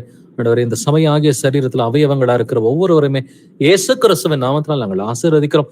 கரை திரை முதலானவைகள் ஒன்றும் இல்லாம மகிமை உள்ள ஒரு சபையா ஆண்டவரே, நமக்கு முன்பாக நிற்பதற்கு தகுதி உள்ளவர்களா நீர் எங்களை மாற்ற வேண்டுமாறு கெஞ்சி வென்றாடுகிறோம் ஆண்டவரே. உங்கள் கர்த்தராகிய இயேசு கிறிஸ்துவே நீர் சீக்கிரமா இந்த பூமிக்கு வாரும் ஆண்டவரே. துதிகன மகிமை எல்லாம் இயேசுவே ஒருவருக்கே உண்டாவதாக. இந்த ஜெபங்களை என்னுடைய கர்த்தராகிய இயேசு கிறிஸ்துவின் மகா பரிசுத்த நாமத்தினால் ஏறெடுக்கிறேன் ஜீவனில் எங்கள் நல்ல பிதாவே. ஆமென், ஆமென். Praise Lord brothers and sisters. Thank you brothers and sisters. யாருக்காவது பிரேயர் ரிக்வெஸ்ட் இருக்குங்களா, அல்லது யாராவது சாட்சிகளை பகிர்ந்துக்கிறீங்களா? பிரேயர் ரிக்வெஸ்ட் அல்லது சாட்சிகள்? பிரைஸ் லார்ட் பிரதர், ஒரு பிரேயர் ரிக்வெஸ்ட் பிரதர். சொல்லுங்க brother. Praise Lord brother. Brother, எனக்கு போன மாசம் 20ஆம் தேதி திடீர்னு ஒரு சைடு கண்ணு, லெஃப்ட் சைடு கண்ணில் வந்து பெயின் எடுத்துச்சு. திடீர்னு பார்த்தா 2 days விட்ட ஃபுல் கண்ணு ரெட் ஆயிடுச்சு. என்ன problem brother? Spondylitis. Okay okay. Already என் பேக் போன் பின்னாடி அது வந்து ஆயிடுச்சு. ஒரு 2001ல இருந்து எனக்கு அது பெயின் இருந்துக்கிட்டது. அப்ப 2010ல தான் நான் எம்ஆர்ஐ பண்ணும்போது அப்ப சொன்னாங்க, உனக்கு ஆக்சுவல் ஸ்பாண்டலைட்டிஸ் உனக்கு இருக்குது அப்படின்னாங்க. மெடிசன் இருந்தது. அப்போ எசப்பாக்குள்ள வந்த பிறகு அப்பெல்லாம் மெடிசன் எல்லாம் எனக்கு எல்லாம் தூக்கி போட்டேன். ஆண்டவர் எசப்பதான் ஒரு வார்த்தை தான். அது வரைக்கும் எந்த பெயினே இல்லை, நல்லா இருந்துச்சு எனக்கு இது வரைக்கும். சில திடீர்னு வந்து எனக்கு 20ஆம் தேதி வந்து இந்த லெஃப்ட் சைடு கண்ணு வந்து பெயின் ஆயிடுச்சு. பெயின் ஆயிட்டு வரைக்கும் பார்த்தா ஒரு 2 days விட்டு பார்த்தா கண்ணு ஃபுல் ரெட் ஆயிடுச்சு. லெஃப்ட் சைடு கண்ணு திறக்கல, திறந்தா வந்து கண்ணு கூசுது. சரி, நான் பண்ணேன் சார், அப்பாட்ட ப்ரேயர் பண்ணேன். சரி, பிரதர்கிட்டயோ சொன்னேன், எல்லாம் அப்பா அறிக்கைட்டு ப்ரேயரும் பண்ணாங்க எல்லாம் பிரதருங்க. சரி, அப்பாட்டுடைய ஹாஸ்பிட்டல் போய் போகும்போது என்ன சொன்னாங்க, இந்த ப்ராப்ளம் இதனால தான் உனக்கு எஃபெக்ட் ஆயிருக்குது அப்படின்னு சொன்னாங்க. ஓகே. இதுக்கு முன்னாடி வந்து என்னுடைய என்ன தவறுன்னா, அண்ணன் பையனுக்கு வந்து மேரேஜ் நடந்துச்சு 6ஆம் தேதி போன மாசம். அதுல வந்து ரோமன் கேத்தலிக் தான். அதுல வந்து சில இதுல வந்து நானு கலந்துக்கினா சில அப்பாவுக்கு பிடிக்காத காரியம் தான். சில நேரத்துல வந்து அண்ணனுங்களா இருக்காங்க, அவங்களுக்கு மனசுக்கு பிடிச்ச மாதிரி சில காரியத்தை செய்துட்டு அப்பா அப்பா மனசை துக்கப்படுத்த அது எனக்கு உணர்ந்தேன் அப்பா தவறு எல்லாமே.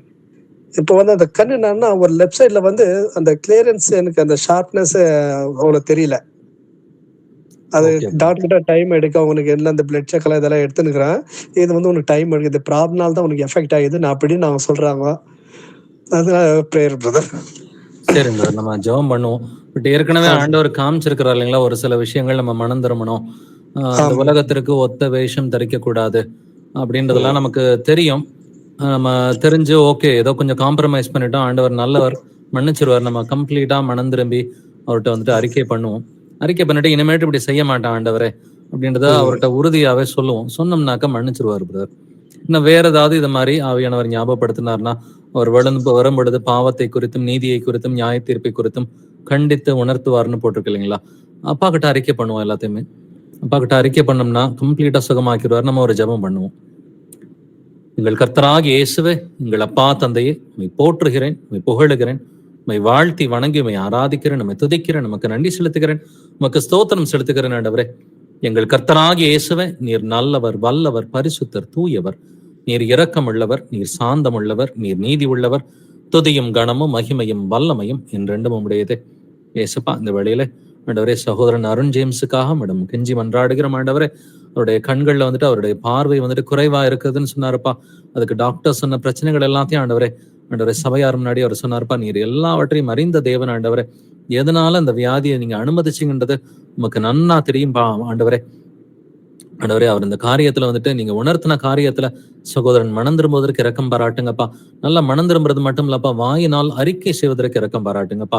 ஆண்டவரை, நீங்க எதெல்லாம் வந்துட்டு அவருக்கு ஆவியானவரை நீங்க உணர்த்துறீங்களோ, இதெல்லாம் நான் செய்ய மாட்டேன் ஆண்டவரை, இதெல்லாம் என்ன மன்னிச்சிருங்கன்னு சொல்லி ஆண்டவரை கம்ப்ளீட்டா உங்ககிட்ட அறிக்கை பண்ணி ஆண்டவரே இந்த காரியத்துல இருந்து மனம் திரும்பி இன்னும் அதிகமா பெரியப்படுத்துறதுக்கு இரக்கம் பாராட்டுங்கப்பா. இன்னும் நாங்க வசனத்துல பார்த்தது போல என்னுடைய வாழ்க்கையில வந்துட்டு ஒரே கொள்கை, இயேசு கிறிஸ்துவ மட்டும்தான் நான் பிரியப்படுத்தணும், மீதி எல்லாமே மாயையாக இருக்கிறது என்று பிரசங்கி சொன்னது போல ஆண்டவரே, மீதி எல்லாமே ஆண்டவரே பாயிண்ட்லெஸ், வேஸ்ட்ன்னு சொல்லி வசனம் சொல்கிறது. கர்த்தராகி இயேசு கிறிஸ்து ஒருவரை மாத்திரமே நான் பிரியப்படுத்துவேன், இது ஒண்ணுதான் என்னோட வாழ்க்கையில இருக்கிற ஒரே லட்சியம்ன்றதை வந்துட்டு சகோதரன் முடிவெடுக்கிறதுக்கு இரக்கம் பாராட்டுங்கப்பா. ஆண்டவரே, அவ்வாறாக முடிவெடுக்கும் பொழுது நீர் இரக்கம் உள்ள தேவனாயிருந்து நீர் ஆண்டவரே மனம் உருக்கம் உள்ள தேவன் என்பதை நாங்கள் வாசித்தோம் ஆண்டவரே. இன்று நீர் மன உருக்கம் உள்ள தேவனாயிருந்து ஆண்டவரே நீங்க எங்களை மன்னிக்கிறீங்கப்பா, மன்னிச்சு எங்களுடைய வியாதிகளை குணப்படுத்துறீங்க, நீரே எங்கள் பரிகாரியாகிய கர்த்தர் என்பதை நாங்கள் விசுவாசிக்கிறோம் ஆண்டவரே. நீ என் வார்த்தைகளை கவனமாய் கேட்டு என் பார்வைக்கு செம்மையானவைகளை செய்து என் நியமங்கள் யாவையும் கை கொண்டால் எகிப்தியனுக்கு வரப்பண்ணின வியாதிகளில் ஒன்றும் உனக்கு வராது, நானே உன் பரிகாரியாகிய கர்த்தர்னு சொன்ன மாதிரி நாங்கள் விசுவாசிக்கிறோம் ஆண்டவரே. உங்களுடைய கட்டளைகளை வந்துட்டு நாங்கள் கவனமாய் கேட்கிறோம் ஆண்டவரே.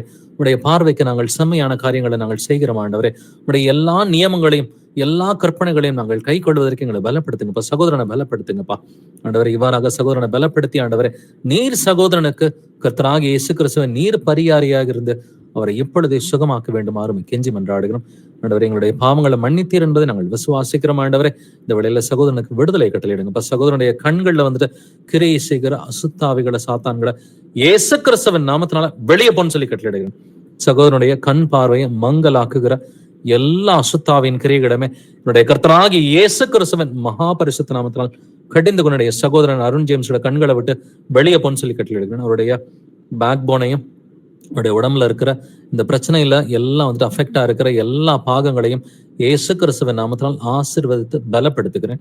இந்த கண்கள்ல இருக்கிற இந்த பிரச்சனைக்கு எந்தெந்த பாகங்கள்லாம் காரணமா இருக்குதோ அவருடைய கண்களையும் அவருடைய முதுகு தண்டையும் அவருடைய உடம்புல இருக்கிற எல்லா பாகங்களையும் கர்த்தராகிய இயேசுவின் நாமத்தினால் ஆசீர்வதித்து பலப்படுத்துகிறேன். கண்கள் நார்மல் ஆகும்படி இயேசு கிறிஸ்துவின் நாமத்தினால் கட்டளை எடுக்கிறேன். என்னுடைய சகோதரன் அருண் ஜேம்ஸுடைய கண்கள் இந்த பொழுதே வந்துட்டு நார்மல் ஆகும்படி இயேசு கிறிஸ்துவின் நாமத்தினால் கட்டளை எடுக்கிறேன். அசுத்தாவிய சாத்தானே, உனக்கு அதிகாரம் இல்லை, வெளியே போ, இனி திரும்பி வராது. இயேசு கிறிஸ்துவின் நாமத்தினால சகோதரனை ஆசீர்வதிக்கிறேன். அப்பா, நீங்க பலப்படுத்துங்க, நீங்க வழி நடத்துங்க. உபாகமம் 34:7 வசனம் சொல்கிறது, மோசே மரிக்கும் பொழுது 120 வயதா இருந்தான், அவன் கண்கள் வந்துட்டு அது வந்துட்டு தெளிவாக இருந்தது என்று வேதம் சொல்கிறது. ஆண்டவரே, உன்னுடைய கண்கள் வந்துட்டு மங்கலாகவில்லை என்று ஆண்டவரே வசனம் சொல்கிறது. இவ்வாறாக ஆண்டவரே, அவனுக்கு 120 வயசுல நீங்க வந்து நல்லா தெளிவா கண் பார்வையை கொடுத்திருந்தீங்கப்பா. அதே போல என்னுடைய சகோதரனுக்கு தெளிவான கண் பார்வையை நீங்க கொடுக்குறீங்கன்னு நாங்கள் விசுவாசித்து அறிக்கை செய்கிறோம் ஆண்டவரே. இந்த வேளையில இயேசு கிறிஸ்துவின் நாமத்தினால சகோதரனுக்கு சுகம் கிடைத்தது என்பதை நாங்கள் விசுவாசித்து அறிக்கை செய்கிறோம். துதிகான மகிமையெல்லாம் இயேசுவே ஒருவருக்கே உண்டாவதாக. இந்த ஜெபங்களினுடைய கர்த்தராகிய இயேசு கிறிஸ்துவின் மகா பரிசுத்த நாமத்தினால் ஏறெடுக்கிறேன் ஜீவனுள்ள எங்கள் நல்ல பிதாவே. ஆமென். ஆமென். ஆமென். Praise Lord, brother. Thank you, brothers and sisters. Praise the Lord.